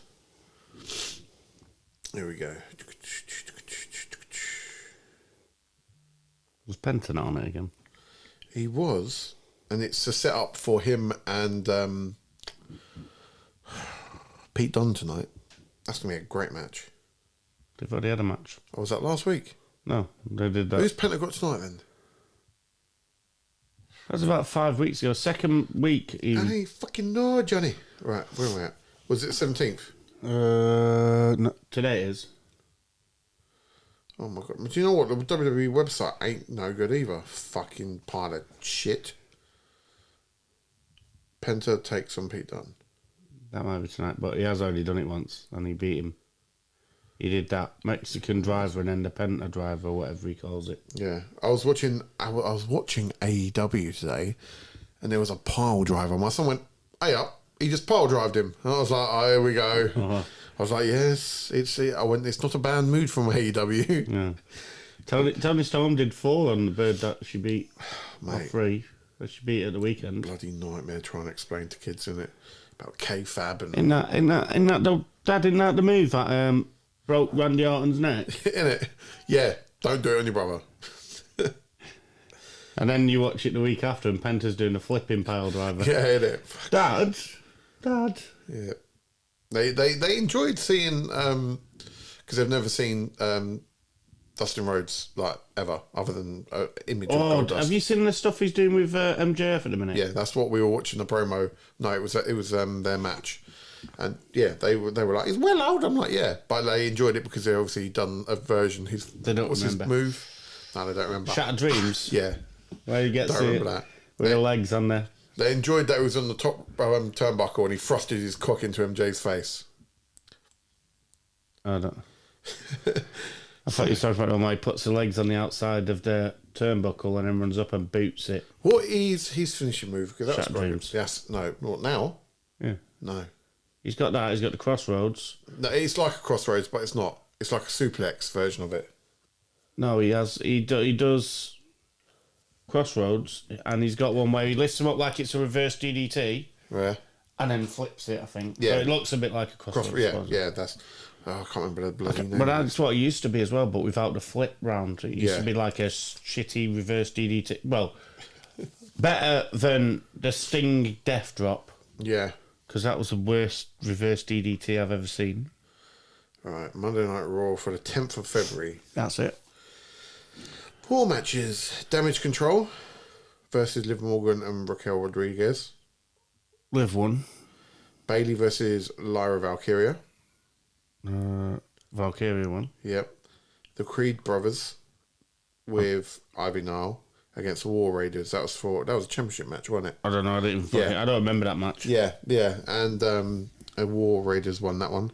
Rey Mysterio versus Logan Paul. I don't remember that match. I don't even fucking remember that match. I didn't even realise Did I Logan Paul turn was it on. off? Jey Uso opened the night, and it was revealed that he would obviously take on Gunther. Yeah, you got back. AJ Styles returned to WWE Raw. Yeah, I remember that. It was Yeah, decent. Dirty Dom. Yeah, it also features segments from the likes of Seth Rollins, CM Punk, Finn Balor, and more. Wow, that was great. Yeah, cheers. Fucking it. Well, there's not many websites that are giving great info. I want to go back to Elimination Chamber. I know it's coming up. Who's going to fucking win it? I don't even know who's winning. Let's go. Did Logan Paul just beat Rey Mysterio? Yeah.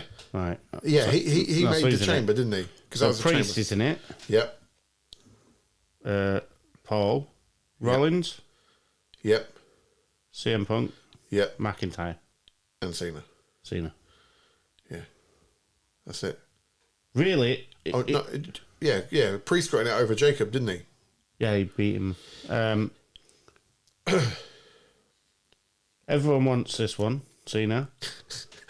Cena. No, it's just because he was number 6 on the list. Oh, I know. Me personally, I want to see Drew go over in that match. I think Drew and What, in the chamber? yeah, because I think out of them, the best match Yeah. would be Drew versus Cody. Yeah, 100%. The best heel versus the best babyface at the moment. Why And not? technically, they're trying to work it where he's not actually a heel, is he? Yeah. They're trying to do it where he's that little bit in between. He's helping people, Yeah. but you know, I think Punk's going to end up going over though. I think he needs his moment at Mania. Oh, there'll be some stupid double pin between him and Cena, and Well, then of no course, way a they feud can up make it a to it. triple. So, leading on to that, where will you reckon? I reckon Cena will get his opportunity at SummerSlam. Because the other thing is, it's been announced that CM Punk and Cena will be doing the European tour just before Mania, when they're doing the SmackDown and Raw in London. So you think it might be them two? At Mania? I think you might be right that there's something going to be going on with those two involved, because So then that there means is- you might get Drew put over, maybe. but then we all know he's going to get quashed, aren't they? Because fucking Yeah, they're not Cody's got to win at Mania. He ain't got to, but it depends which To way they want finish to go. every fucking year now, he's got to do something else to finish his story. I don't know. But I'm hoping the Elimination Chamber is actually going to be our big swerve and shit's going to take off. But I don't know at the moment. What do you think that sorry, just to jump. Charlotte, Yeah, Tiffy. is it me? And I don't know how to put this. Charlotte looks like shit. She just looks old, mate. She just looks old. She looks like one of those old ladies that are at the gym trying to be 21 again. So you say that, right? I'm going to go straight to Judgment Day. Yeah, Sable. yeah. She's about the same Yeah, we've age. got to review that as well Mate. this week, haven't we? Mate. Pop it! Where's that? Where is it? Where is it? Where is it? Where is Please it? tell me you've got that, because we needed that. You took it out, didn't you? What puppies? Yeah. Don't think I did. Where is it?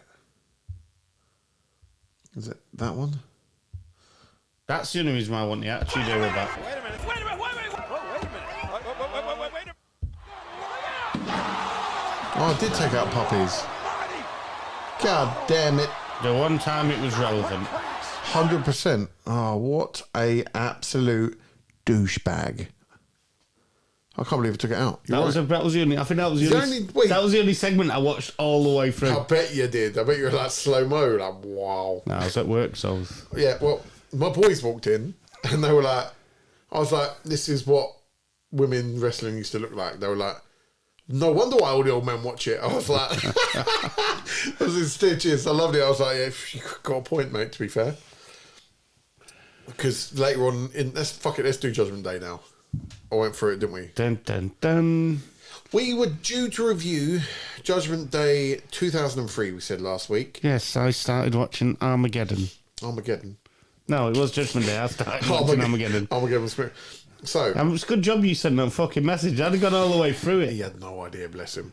So, the opening match was Benoit.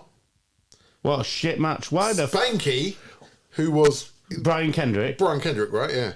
What the fuck was he doing in that match? It made no sense whatsoever. I don't remember the build-up to it, so I can't really comment. And I don't think he was in the build-up. He was with Rhino, wasn't it? Was it a free? Yeah, it was a fatal three-way. Yeah, no, 3-on-3. Yeah, it was 3-on-3 tag match. Yeah, FBI. Yeah, fucking FBI and Cena. Nunzio. Fucking Nunzio. What a bellend. Mate, and why did they have Cena with him? Because he was heel. But why them? Was it just trying to put him over? No, I think Rhino had a thing going with FBI. Benoit had a thing going with Cena. I enjoyed seeing Benoit. I was like, oh, I haven't deleted him. That's good. Yeah. And yeah. Who's that wrestling Cena's fucking pixelated? Yeah, can you imagine? It's like Roadblocks. Yeah. But yeah, He's fucking, even though it was a shitty short match, he still looked like a fucking gangster, didn't he? Yeah, he did, mate. And they finished with, which I found ironic, a move called Kiss of Death, KOD. Oh. Who does KOD? Oh, that's, Belair. Yep, Belair. I was like, oh, okay, they've stole that name. Before we carry on. Go on, JD. Who is, and I'm pretty sure it's Animal, Road Warrior Animal's brother? Fucking no idea. John Laurinaitis. Do you know who knows this stupid shit? And he's told me that.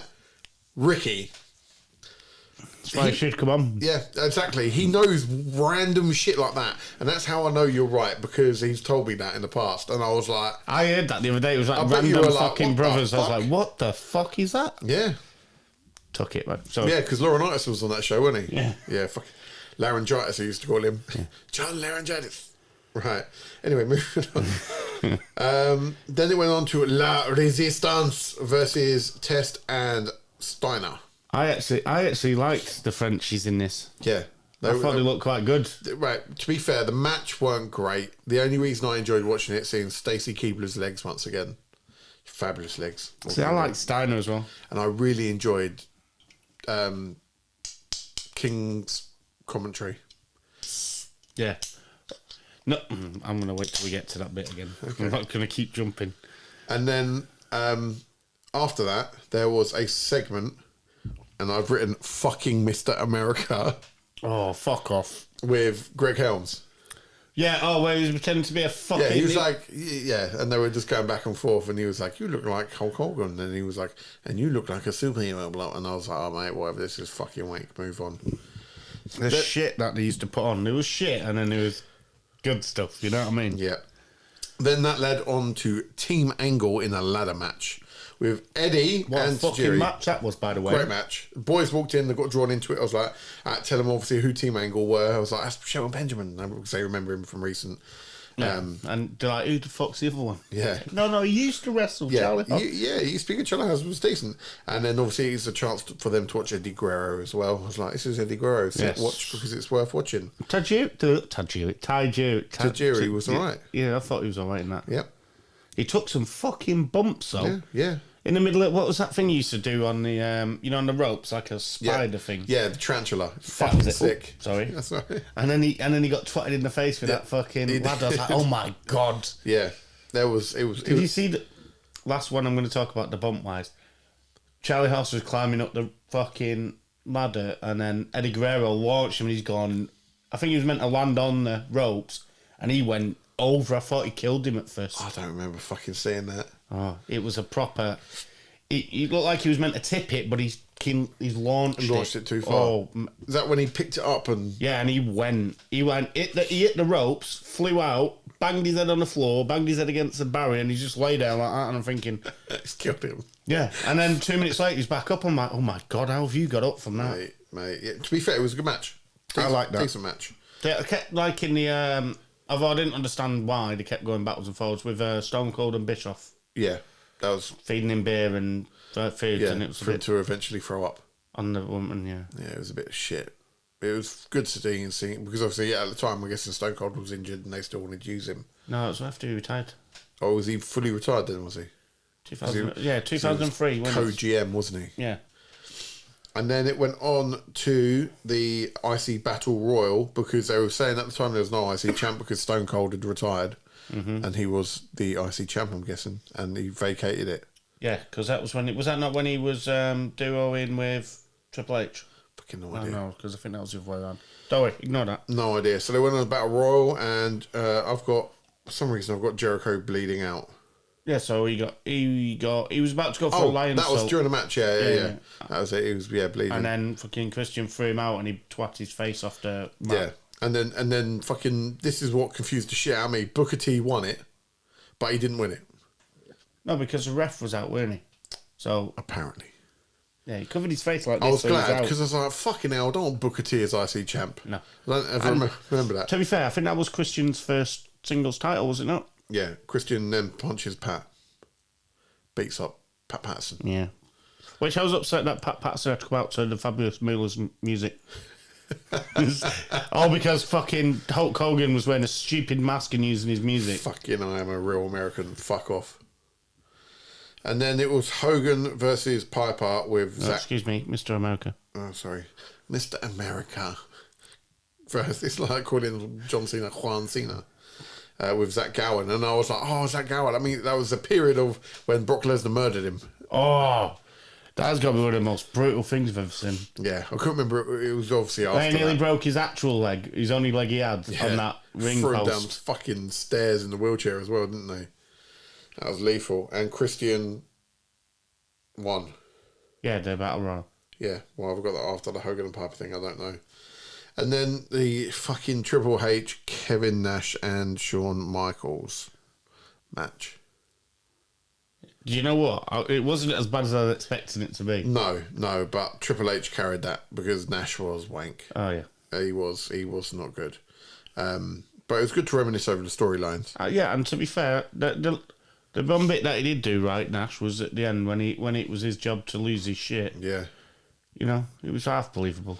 Yep, and then there was a women's title match with Jazz, who won against DDT. It was about 4 other women. Trish Won it. Stratus, Jacqueline. Yep, can't remember who Fuck else. knows who the other one was. And then it went on to the World Heavyweight Championship, which, to be fair, was actually I thought it weren't that bad. Brock Lesnar was a face.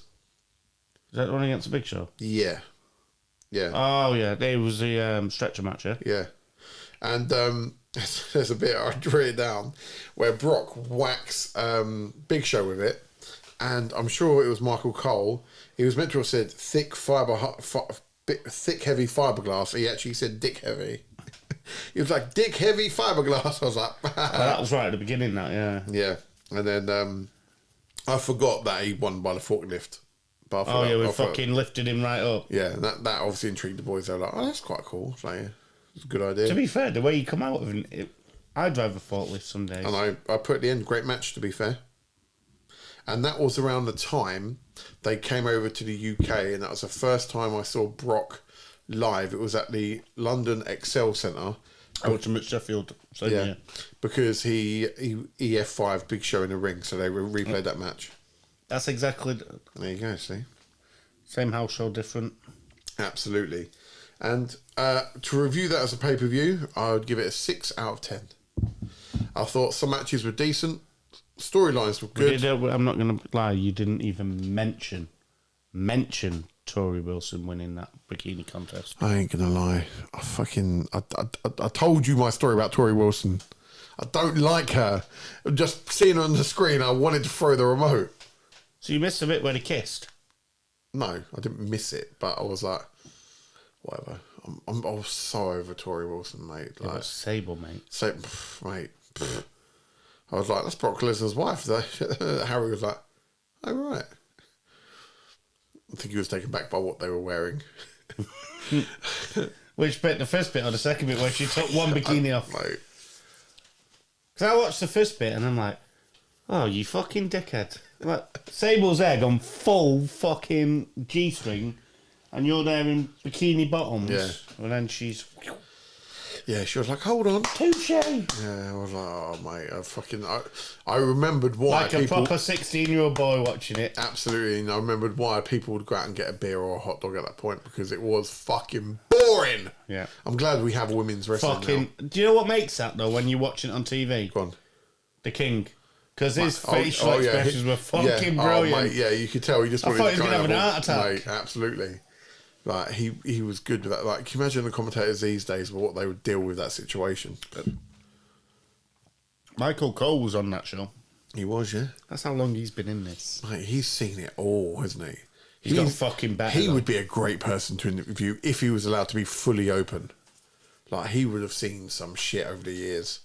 He's fucking brilliant now, isn't he? Let's be honest. He is number one. Yeah. There's no one. No.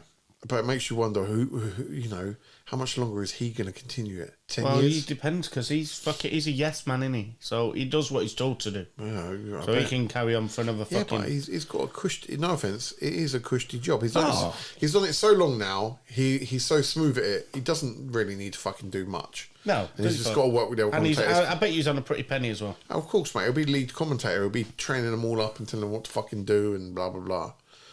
Mate, yeah, he's definitely the best. I don't see anyone doing it better. No. Fuck Did no. you see this week as well? Oh, what is her name? I've forgotten her name and I've been saying it all week. Ricochet's missus, what's her name? Samantha. Irvin. Done an interview about the reason she left WWE was because there was no more steps for her and that she wanted to go on to commentary, but they wouldn't let her. And she felt if Vince McMahon was there, he would have eventually allowed her to go on to commentary. But she feels Triple H has let her down. I was like, interesting. I don't imagine Vince McMahon ever letting a woman commentate. And I don't mean that. Do you see he got cleared this week? I did. Vince McMahon is an innocent man. That means we're going to see Brock soon. Who believes it? You don't need to believe it. It's the truth. You're absolutely right. It's like people about Velveteen Dream. What? Velveteen Dream What about him? is innocent. What for? He got told that he was a kiddie fiddler or something, wasn't he? Oh, I have no idea. Oh, okay. Do you even know who Velveteen Dream is? No. Yeah. Yeah. He had the smallest ever run on SmackDown. Was he? Yeah, I I think only so. ever saw him in NXT. Yeah, no, he did. He come up. He's the one who wore the gay fucking pink, purple trousers. Yeah. Very flamboyant. Yeah. Yeah. But yeah, he's with him being innocent now, where does that stand everything? Who? Vince? Yeah. We'll see Brock soon. You think? Yeah. You think he'll come back to WWE without him? If it was me, like, because they were at Super Bowl with Undertaker, wasn't he? What, Brock? No, Vince. Yeah, I know. Yeah. Because everyone started trying to criticise him, and he's like, well, what? What Yeah. for? He must have paid a lot of money to be fucking. Well, I ain't into it because I don't know the ins and outs fully. I'm sort of glad that he is found innocent, but I'm sort of like, we know what he was good friends with Donald Trump, and Donald Trump signed himself off for not being a criminal. So hey ho, that's a political point of view, but fuck it. Vince McMahon, if I was Vince, I'd be like, right, I've got $5 billion. Brock, you can have $1 billion if you help me start my wrestling fucking company. And you be my main guy. Yeah, why not? People would watch that shit straight away. Oh, yeah. AEW would go, whoop. To be fair, the That'd way be third tier. WWE is at the minute, you'd probably follow that. I think the only thing that he'd struggle with if he ever did try and do it again, Yeah. trying to find someone to sign him for a deal, like a TV deal. Yeah. I do think he'd genuinely He struggle wouldn't be with that. allowed to be the face of the company, would he? No, fuck no. Shane McMahon, maybe. He's Or, probably better with Stephanie. or, as we said, Triple H. Triple H eventually gets retired on Netflix and he ends up going, come on, Yeah, I'll fuck go it. fucking falls in. all go balls in with like hit their millions. No, I mean, yeah, that's what I'm saying. Split it 4 ways, Mate, it'd straight be down the middle. Mate, it would cause so much hoo-ha in the wrestling fucking world. It would be brilliant. But he ain't got a lot of time. He needs to get on that shit quick if he Go plans back to being the WWF. WWF. Why not? Why not? It'd be cool. It would. It fucking... Be a better storyline, bloodline. Hey, yeah. Jesus, that would be a real family. I really don't know what the fuck they're going to do with Roman now. No, because it's going to be Solo versus Jacob at Mania, clearly. Yeah. Which I'm happy with. Oh, yeah. I think they deserve the time. Roman, is he... Who do you think they're putting over? Do you reckon they're going to put Fatu over Solo? Because they put a lot of work into Solo to get him to where he is. I sort of feel like they need to allow Solo to have a bit more time now that he's had that big push. Allow him to cook a little bit as an individual away from the bloodline. I would allow him to beat Jacob. You would? Yeah. I agree. Like, Jacob's got time. Like, he's going to be fine. Like, in 10 years' time, Jacob's still going to be smashing people. I don't think Solo would be fine if he didn't get the win over him. Yeah, exactly. I think He's then that'd fucked. hinder him He would more. then disappear. Yeah. He'd be a pointless member of the bloodline unless he teams up with the Usos, which would then be pointless. But I also want Jimmy to be really good. Saying that, I love Jimmy so much. I've downloaded these this week. Where have I? Where have I put it? It's in the bottom left on one of them. Shit.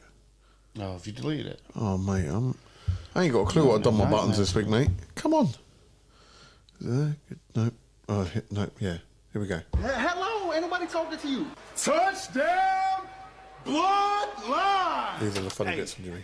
What's that line you be saying all the time, bro? No. Mellow don't miss. Yeah? Yeah. With all those bricks, you can build a damn house. You want what? I'm off the injured reserve list. I can do something. Jeez! Tribal Chief, what's... No yeets. Let's just keep it PG. You know what's good. Just don't get all rated R like your boy Xavier Woods. No, don't pull me. What Did he you do a porno? doing here, John? Did he do a porno? Who, Xavier Woods? Yeah. Johnny, whoa. Where have you been for the last 20 years? I'll take it out as a yeah then. Dude. I'm gonna have to search it out now, aren't I? Wow. Wow. Okay. Yeah, fuck it. I'll let you figure it out. You're going to be like, what? Not that I've seen it, of course. It's not a gay one, is it? No. Is it a gangbang? Yeah. Is it him and about 5 blokes and 1 girl? No. Oh. It is one girl. The reason why she had to come off TV for a little while. Oh, now I want to know. Tell me who it was. How do you not know this? I don't know. Soraya. Fuck off. Yeah, it's Paige, mate. Do you remember, what was his name? Maddox?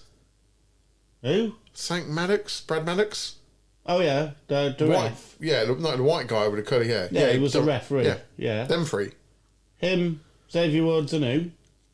And Paige. Oh. Okay. Yeah. How do you not know this? I don't know. That's what that Joker was about, mate. It was fucking one of the best Uso segments. I remember the segment. I just didn't ever follow it up. Mate, that was why. And it was brilliant.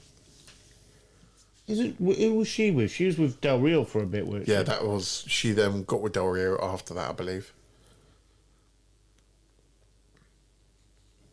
So when he went down, he tasted Maddox and Xavier. Maybe. I can Google No. timelines if you want. No. No, it's all right. But yeah, she's a bit of a wild one. We've all been there. Let's fucking... Let's put it out there. I reckon she'll be back to WWE anyway. I hope so, to be fair. I do. I was watching, obviously... Actually, what I really wanted to do is come back over to the UK. And then when Ricky sets us up with this interview, Oh, yeah. she can come. I doubt that very much. I was So do I. I was watching Fight with My Family. I finally got the boys to watch it. And it actually made me sad that she had left the WWE. Like... When you actually watch it, it was fucking... The story behind Yeah. was brilliant. It's a brilliant story. And I again, I have lots of WrestleMania stories because I'm fucking lucky. But obviously, I saw her win her title it was just after Mania 30 on the Monday Night Raw. Yeah, I remember against AJ Lee. It was brilliant. It was. AJ Lee looked fucked though in that. I didn't. The thing is, I didn't even know who Paige was because at the time I didn't even bother with NXT. So as she came out, the whole crowd, and it doesn't show it on a film. This is where the film wasn't realistic. They were all chanting, "Paige is gonna kill you," and I was like, "Mate, this girl is fucking over." And like the crowd were making her to be big, and then she won it, and I was like, "Mate, fucking well done her." I never knew who the fuck she was. AJ was fucked that night. She looked like that was she the last match. I think that's when she retired. Yeah, but I think she was fucked though because she wrestled the night before. Yeah. It was like what? It was a battle. Was it a battle royal? I don't know. I think it might have been 8 She girls. looked. What I remember, and obviously my memory is misty. Yeah. She looked fucked. Yeah. I remember that because she hit her with the Black Widow, didn't she? In the end. Yeah. But yeah, that was good, and that just reminded me of it, and I enjoyed watching the film for that reason. I think there were some things that probably won't be accurate because it's a film. It's never always 100% fucking accurate. Where do you put her in now when she comes back to, if she come back to WWE? If she came back to, I'll put her straight in at the top. You put her over Rhea. Fucking, I'd put her against Rhea straight away. Why do you think Charlotte's chose Tiffy? Because they've done Charlotte v Rhea. So what's the plan for Rhea? Oh, You don't leave your number one fucking superstar on the bench. I think the man will return. Oh, you said that. I don't know when. Well, at the end of the day, who's going to win the women's chamber? Who's winning the women's chamber match? Who's in it? Fucking don't know. Have we been told anyone's in it? Candice, is she in it? Whatever her name is, the one who's with fucking Nia Jax. Oh, Candice LeRae. Yeah, is she in it? I don't know. Let's have a look. I don't even know. Were they having qualifiers? Yeah. Elimination Chamber. Women's lineup. Let's have a look. Because Rodriguez didn't get in it. Liv Morgan. Oh, no. Oh, okay.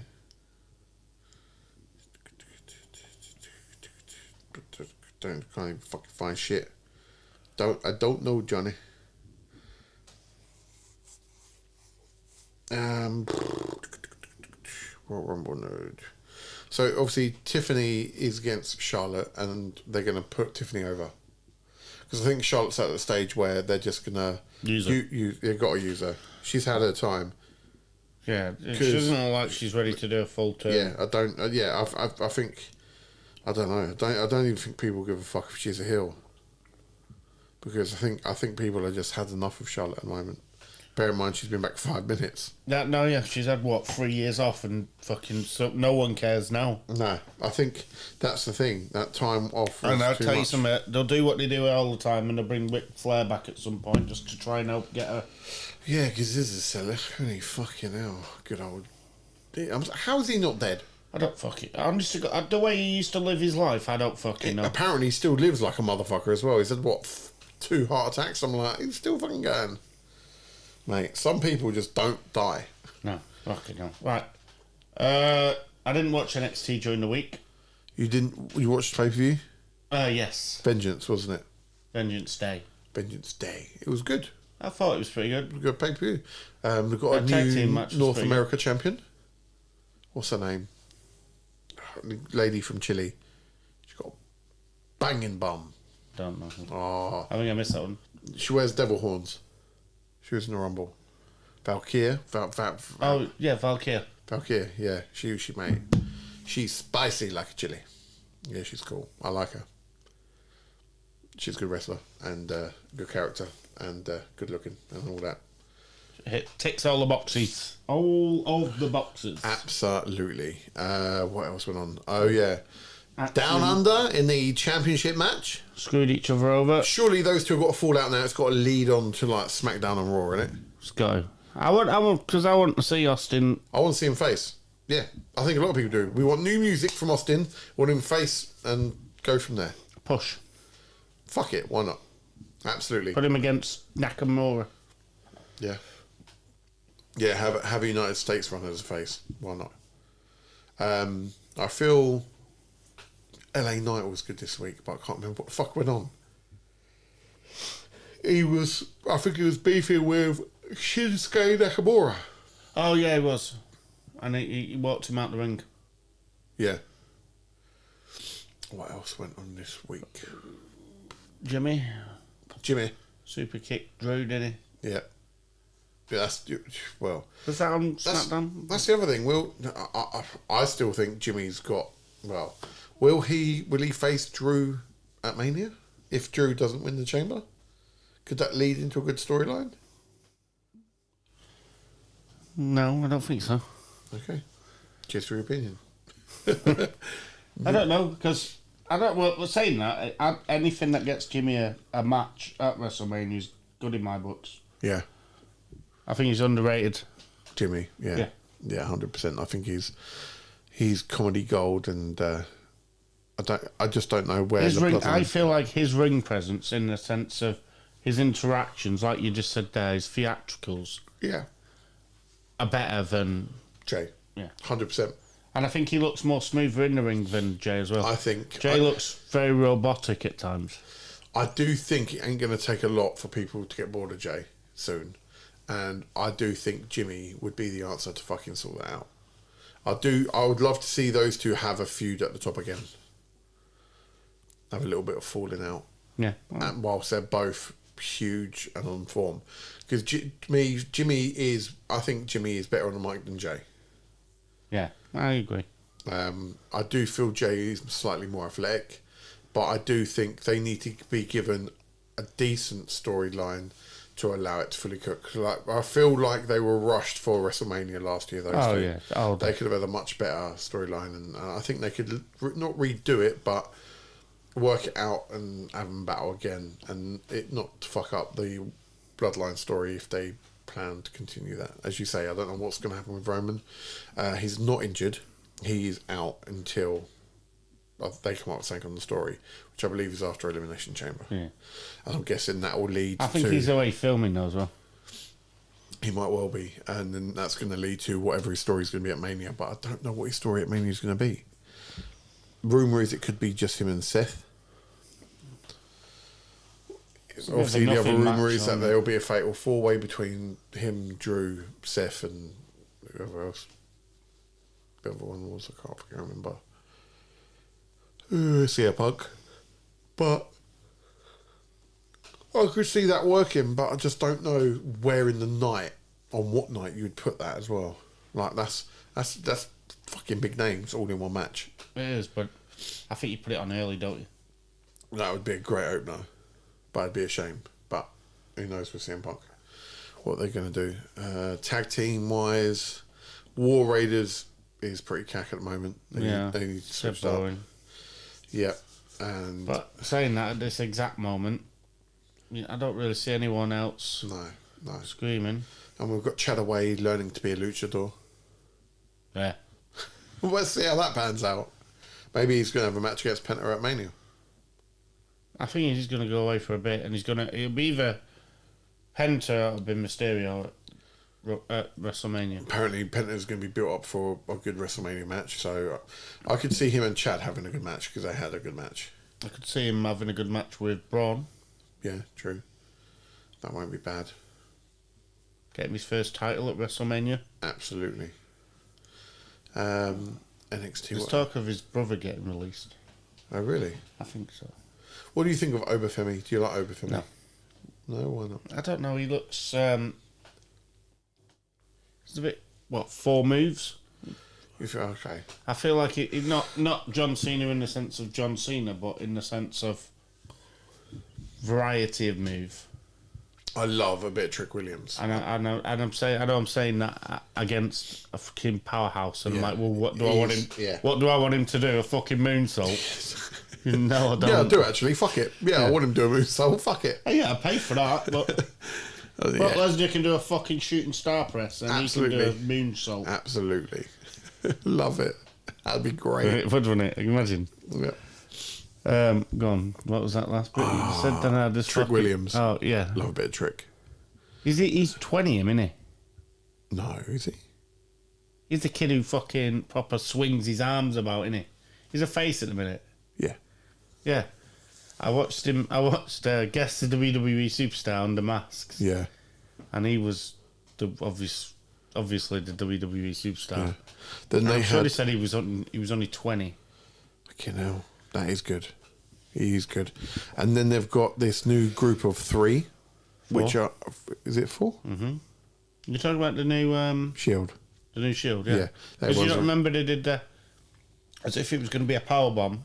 Oh, yeah, it was 4 And then they of threw them. him, Yeah, right. and he fucking... Yeah. So they're going, but is their gimmick going to be the same? Are they going to be like the Justice people? It didn't look like it by No. Is it going to be random attacks? There's a huge storyline, apparently. And I don't know if this is going to pan out. And I want to know how you feel about it, because I've got my feelings about it. The Fiend will be returning. The female Fiend, you mean? No, The Fiend. Oh, so you mean that I did hear that they're going to retire Dr. Uncle Howdy Yeah. and put Bo into The Fiend. Okay. You heard that as well? Yeah. Okay, I didn't realise they were going to do that. How do you feel about that? I don't like it. Only because the best thing about The Fiend and Bray Wyatt was that weird crab walk. Yeah. Bo Dallas can't do that. How do you know? Because he's tried it and he couldn't fucking do it. He fell. It was the worst thing you've ever seen in your life. He didn't even try and crawl. He got down, tried to push himself up, realised it weren't going to fucking work. That's why he just grabs onto the ropes now and goes like this. Yeah. Or he uses the mandible claw instead of A the... lot of people's opinion online is, look, it's done. Like, you've wasted the time. It's now fucking done. However, I think the only reason why they can't kill it off just yet is because they've just had Alexa Bliss off for 2 years. Yeah. And now she's coming back. She's fit. She's ready to go. And it's an ideal storyline for her to run with. And to top it off, what's going to help WWE is the fact of how hot she is right now. But we have touched on this before, and I'm going to touch on it again, about having someone in a wrestling company who can wear a mask, it can be anyone that does it. Yeah. Of a certain build. So the Fiend. I wonder if Otis could do the crab walk. Fucking He could do the huge backwards obese Fiend. But he could fucking... Be like, you just think of the Twitch. No, I'm thinking that he does the caterpillar, doesn't he? Yeah, true. Oh my god. But from me, I think that is a last hurrah, and I know people are going to be against it. I think if done well, if they do like a Firefly Funhouse rebuild, and they bring him in that sense, I think creatively, if done right, it can be done. I'd like to think people will get behind it. I would, because the Fiend character, yes, it was Bray's idea, and we know all that shit. However, the Fiend itself is fucking brilliant. Oh, yeah. And there's no character that like it. That mask is fucking freaky, It is the absolute nuts. And I just feel it would be a shame. I think that's why I'm so disappointed in the Uncle Howdy one. Yeah. But I also believe it was always a part of the story that the Fiend was coming back. I've always thought this. I've always thought, even if Bray was alive, at some point, the Fiend would have been returning. It would have been Uncle Howdy and the Fiend. Oh, yeah. So I think... I would be cool with that. I would allow it to play out and do it. I just hope they do it justice, because poor Bo, I think he's taking the brunt of, alright, shit. And I don't think it's necessarily just Bo. No. I don't think it's just Bo. I don't think Eric Rowan's up to it. I think if you put Alexa Bliss in, I think that's definitely going to add an element to it. And I think, as I say, it depends on which way you go, whether you go back to Firefly Funhouse, or if you reincarnate him. The point is, you will have a character, a Mystique character, that has replaced The Undertaker, that we all loved because we loved what Bray did, but we miss that character. And then it can be technically done by anyone, as long as the creative get it right. But that is a key. And Yeah, they need to get it that's not right Bo's because fault. they're already fighting a losing battle. They are Before they 100%. bring him out, if it's is something they're going to go forward with, half that crowd are going to be straight against it. Yeah, they're gonna be like fucking boo boo. That's not Bray Wyatt. Yeah, That's not Bray Wyatt. yeah. You Which know, is right, because he earned that spot, but absolutely. unfortunately he isn't here. Yeah, but again, the Fiend wasn't created necessarily just for Bray. It was a character he was created by. Like, for me, I think there is scope for it, and I will be accepting the story, and I will watch it cook if it is going to happen. But they can't leave it too long, and it has to be a quicker storyline than what we're getting on Netflix at the moment.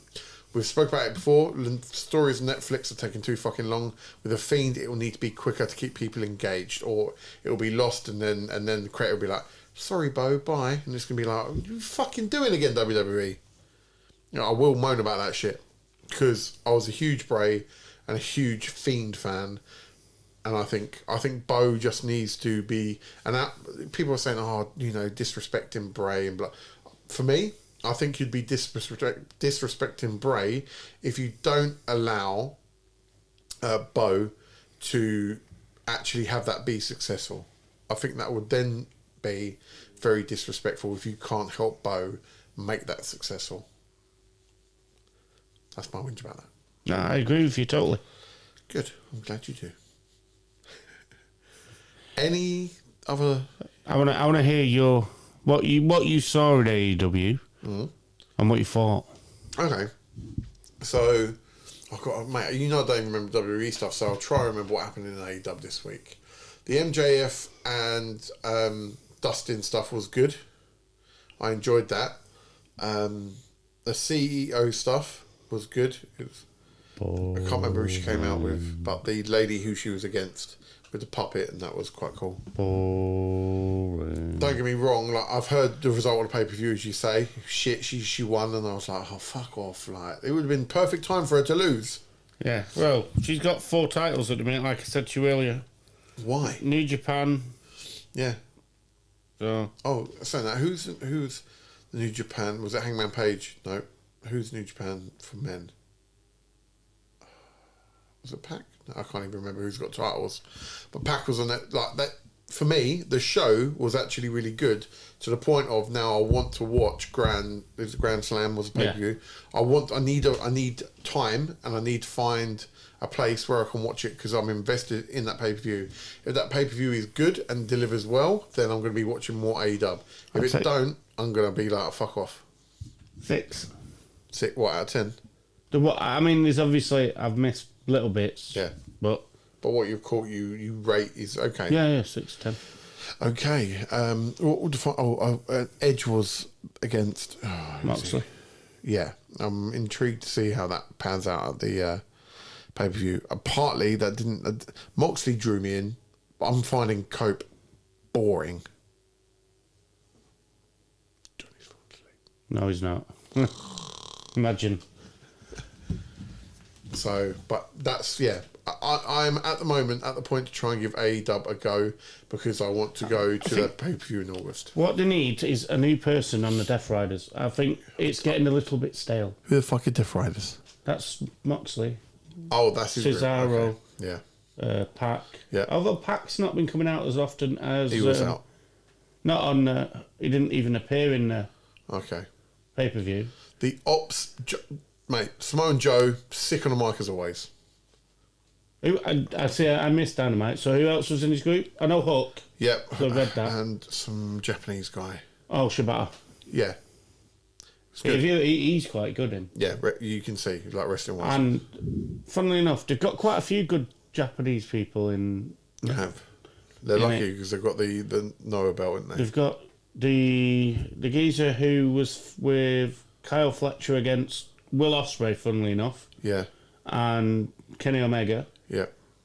He's fucking brilliant. He's only young and he hits hard though. You can see it when they're fucking doing the chops and shit, and it's like, oh my. I'm looking forward to the pay-per-view, and I'm looking forward to a couple of weeks of AEW to see where it goes. I want to give it a go. I've always wanted to give it a go.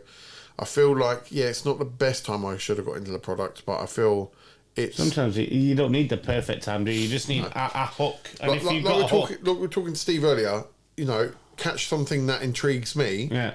And Samoa Joe done that today. I love... Samoa Joe's fucking unbelievable, though, isn't he? He's just so good, mate.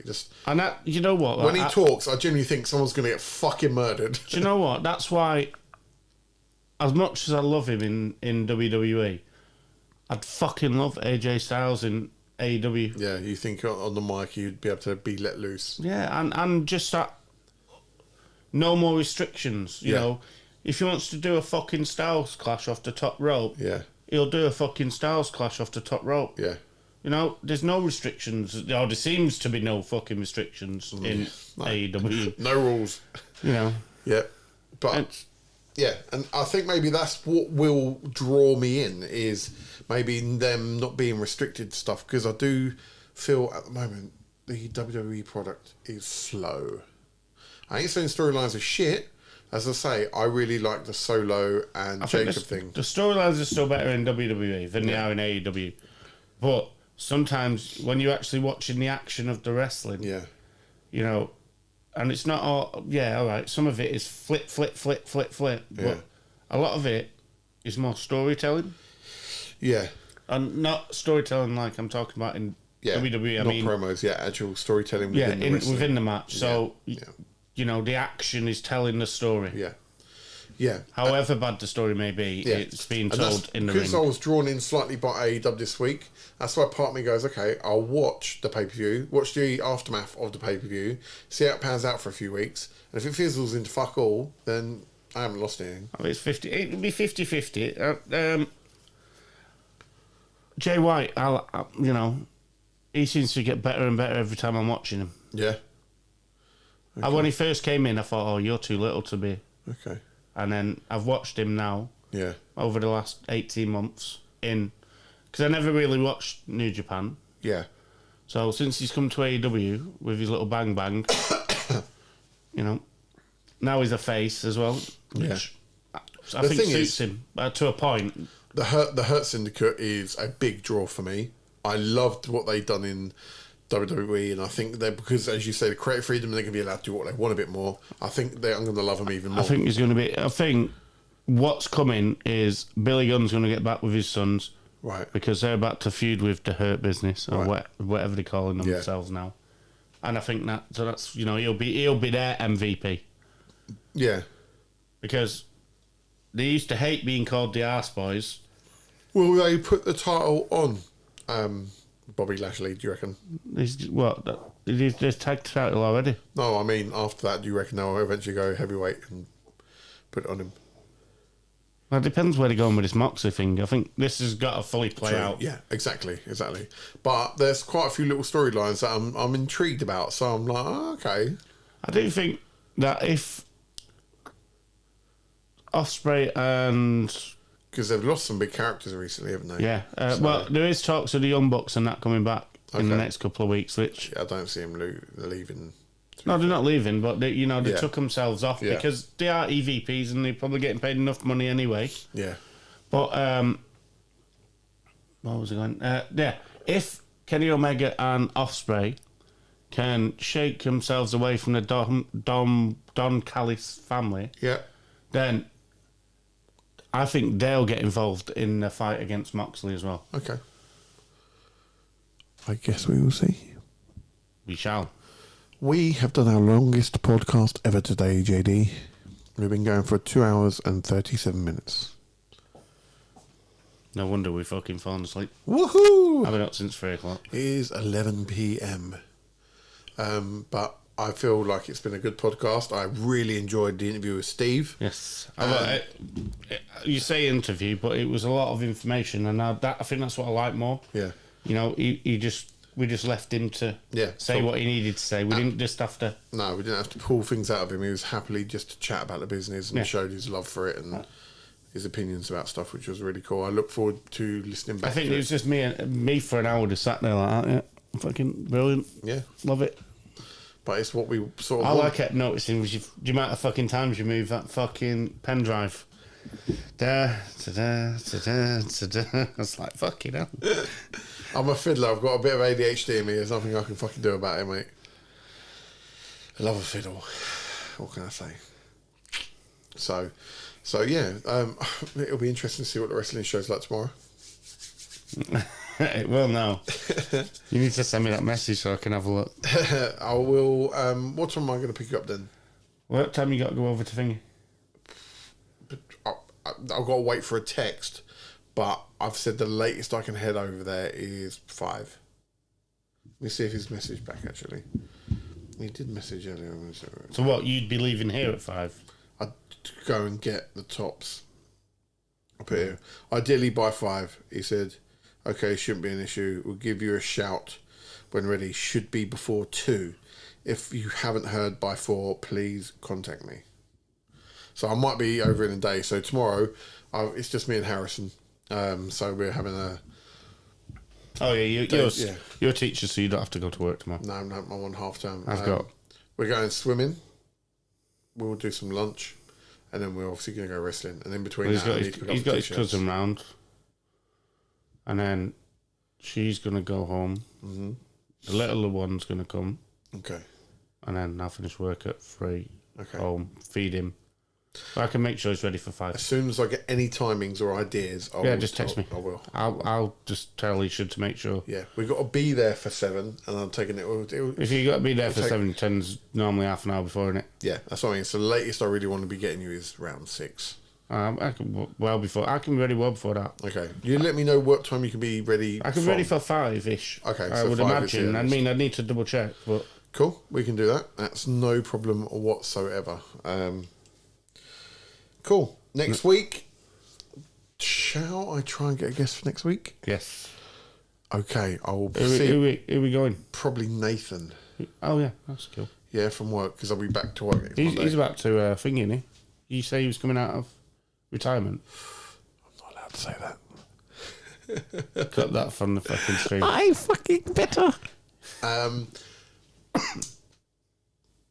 Yeah. My bad. Oh, sorry. Well, yeah. Well, I can't say any more now. Like, or otherwise, We should get Ricky on. yes, I take it. No one after our promo on his social media contacted him last week because he didn't message me or say. What? Don't you remember? We put his Instagram out live. Did we? Yeah. I don't fucking Do you know. even listen to our shows? I did. You know what? The worst bit is I watched it.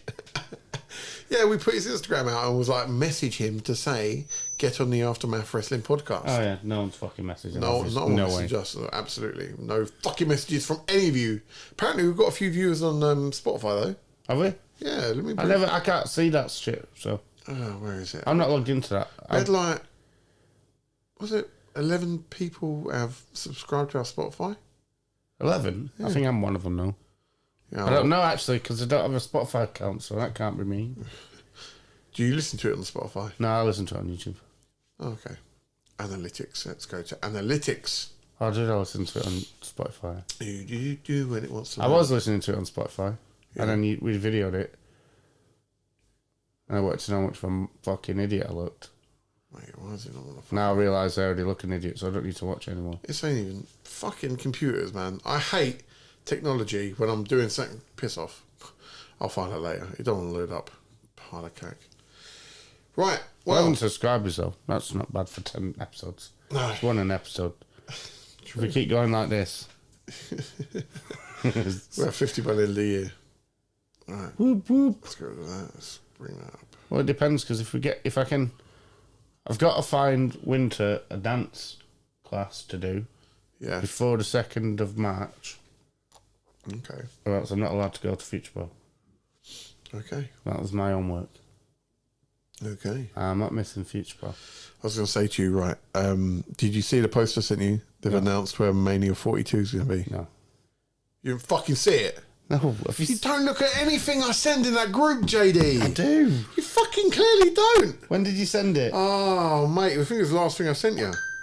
Oh, a minute. I might have looked at it. I sent you, there was a clip about cost... Oh, Jeff Martin. Breaking news. WrestleMania 42 take place at the Caesar Superdome in New Orleans, Los Angeles. Yes, mate. Announcement expected soon. Yes, New I didn't Orleans, look mate. at that. Anyway, on to my point being our target. Our target. Our target. Fuck the kids. Fuck the women. WrestleMania 45. What are we on at the minute? We're coming up WrestleMania 41. That's 4 years away, yeah? Yes, JD, good baths. No, I was trying to figure out when Steve was 50 because he's going Disneyland. Yeah. I'm hoping they do something in Florida that year and then I'll be like, Steve, we're going. I'm going to bug him. Definitely. But yes, my aim, and I said this to my wife actually a while back after I'd done Mania 35, I went, instead of me trying to do every Mania, because I get overexcited every time Mania's come around, I'm like, it's Mania season, I'm going to get it. No. I'm going to try and do every 5 years. So do 40, do 45, do 50, do 55. You're always gonna, yeah, but they're always going to be the most expensive ones. Mate, it goes up every year. Don't matter when the fuck it is. No, I know, but... Oh, it's the 50th anniversary. No one gives a fuck about the 49th. You save yourself $2,000 there. I ain't gonna lie, the 40, like the 9th ones are normally pretty good. You look at 39, actually weren't that bad. It was a decent Mania. But 40 was fucking insane. 30 was fucking awesome. So I went to 35 in New York, that was equally sick. So I'm a bit like, yeah, for every 5 years is a good time frame to save up some dough. So I think I've given you 4 years notice. I think that's enough time, don't you? 4 years? 4 years to save up about $4,000. Grand a year, JD. Grand a year. That's your Start doing target. some overtime. Huh? Start doing some overtime. Yeah. Maybe just, put... I think you need to start soundbiting this Why? so we can send it out. To where? Make loads of money. I can't even say it with a straight face. But no, like we said, if we soundbite when we're talking about specific... Yeah. I tried doing that with... Rough. Yeah. It just wasn't clicking. I was just like, I ain't gonna work that one. Did you try and do it at night after we did it? Or? What we need visuals of the person we're interviewing. That's the problem. Yeah. Well, you started that now, you said. Not yet. I'm getting there. Yeah. What's the matter with your IT genius who was going to create our wrestling Netflix? That was me. Yeah, but you asked a geezer. Oh yeah, mate. Well, Is this another podcast again? you know what I was talking about earlier, which I couldn't really speak about. Sessions radio. Yeah. So I can't go into too many details for that one, I'm afraid. Until that problem is solved, I don't really have an IT guy. Oh, okay. So yeah. I have an IT guy, but I don't know if he's willing to help us out. No, I've got He IT gets paid guys. a lot. He gets paid a lot of money to do it, but it's at my job, and I'm just The thing is, as well, it isn't so much that we could doing the platform and the service would be quick-ish. It's a case of having all the networks on board, and then giving us the content to do it. That would be the fucking hardest and longest process, because they would all be like, just flip it off YouTube, yeah. which I get, but I'm also like, Yeah, but they also don't post all the time, and you're not getting a full show. yeah, That's the point fucking of it. right, isn't he? That's right. But hey, what can you do? Anyway, I'm hoping my kids are in bed. They were watching. I guarantee Bentley's still up watching TV. Jesus, we're catching up with Yeah, EastEnders. no, he'll have already watched that with Alicia. Love it. No, he'll either be on the Xbox with his cousin, or they'll be watching a film now. I bet Haley's asleep on the sofa. I never fell asleep on the fucking podcast, so there we go. I reckon one week you are going to fall asleep on the podcast. No, well, it depends if it keeps getting this fucking long. I've got to be up in 5 hours. I better let him go to bed, didn't I? Right. On that note, we'll see you for episode 11 next week. That was YouTube, right? Oh yeah, I better turn them off, and then do that one. You're right. Yeah. YouTubers, Adios. bye-bye.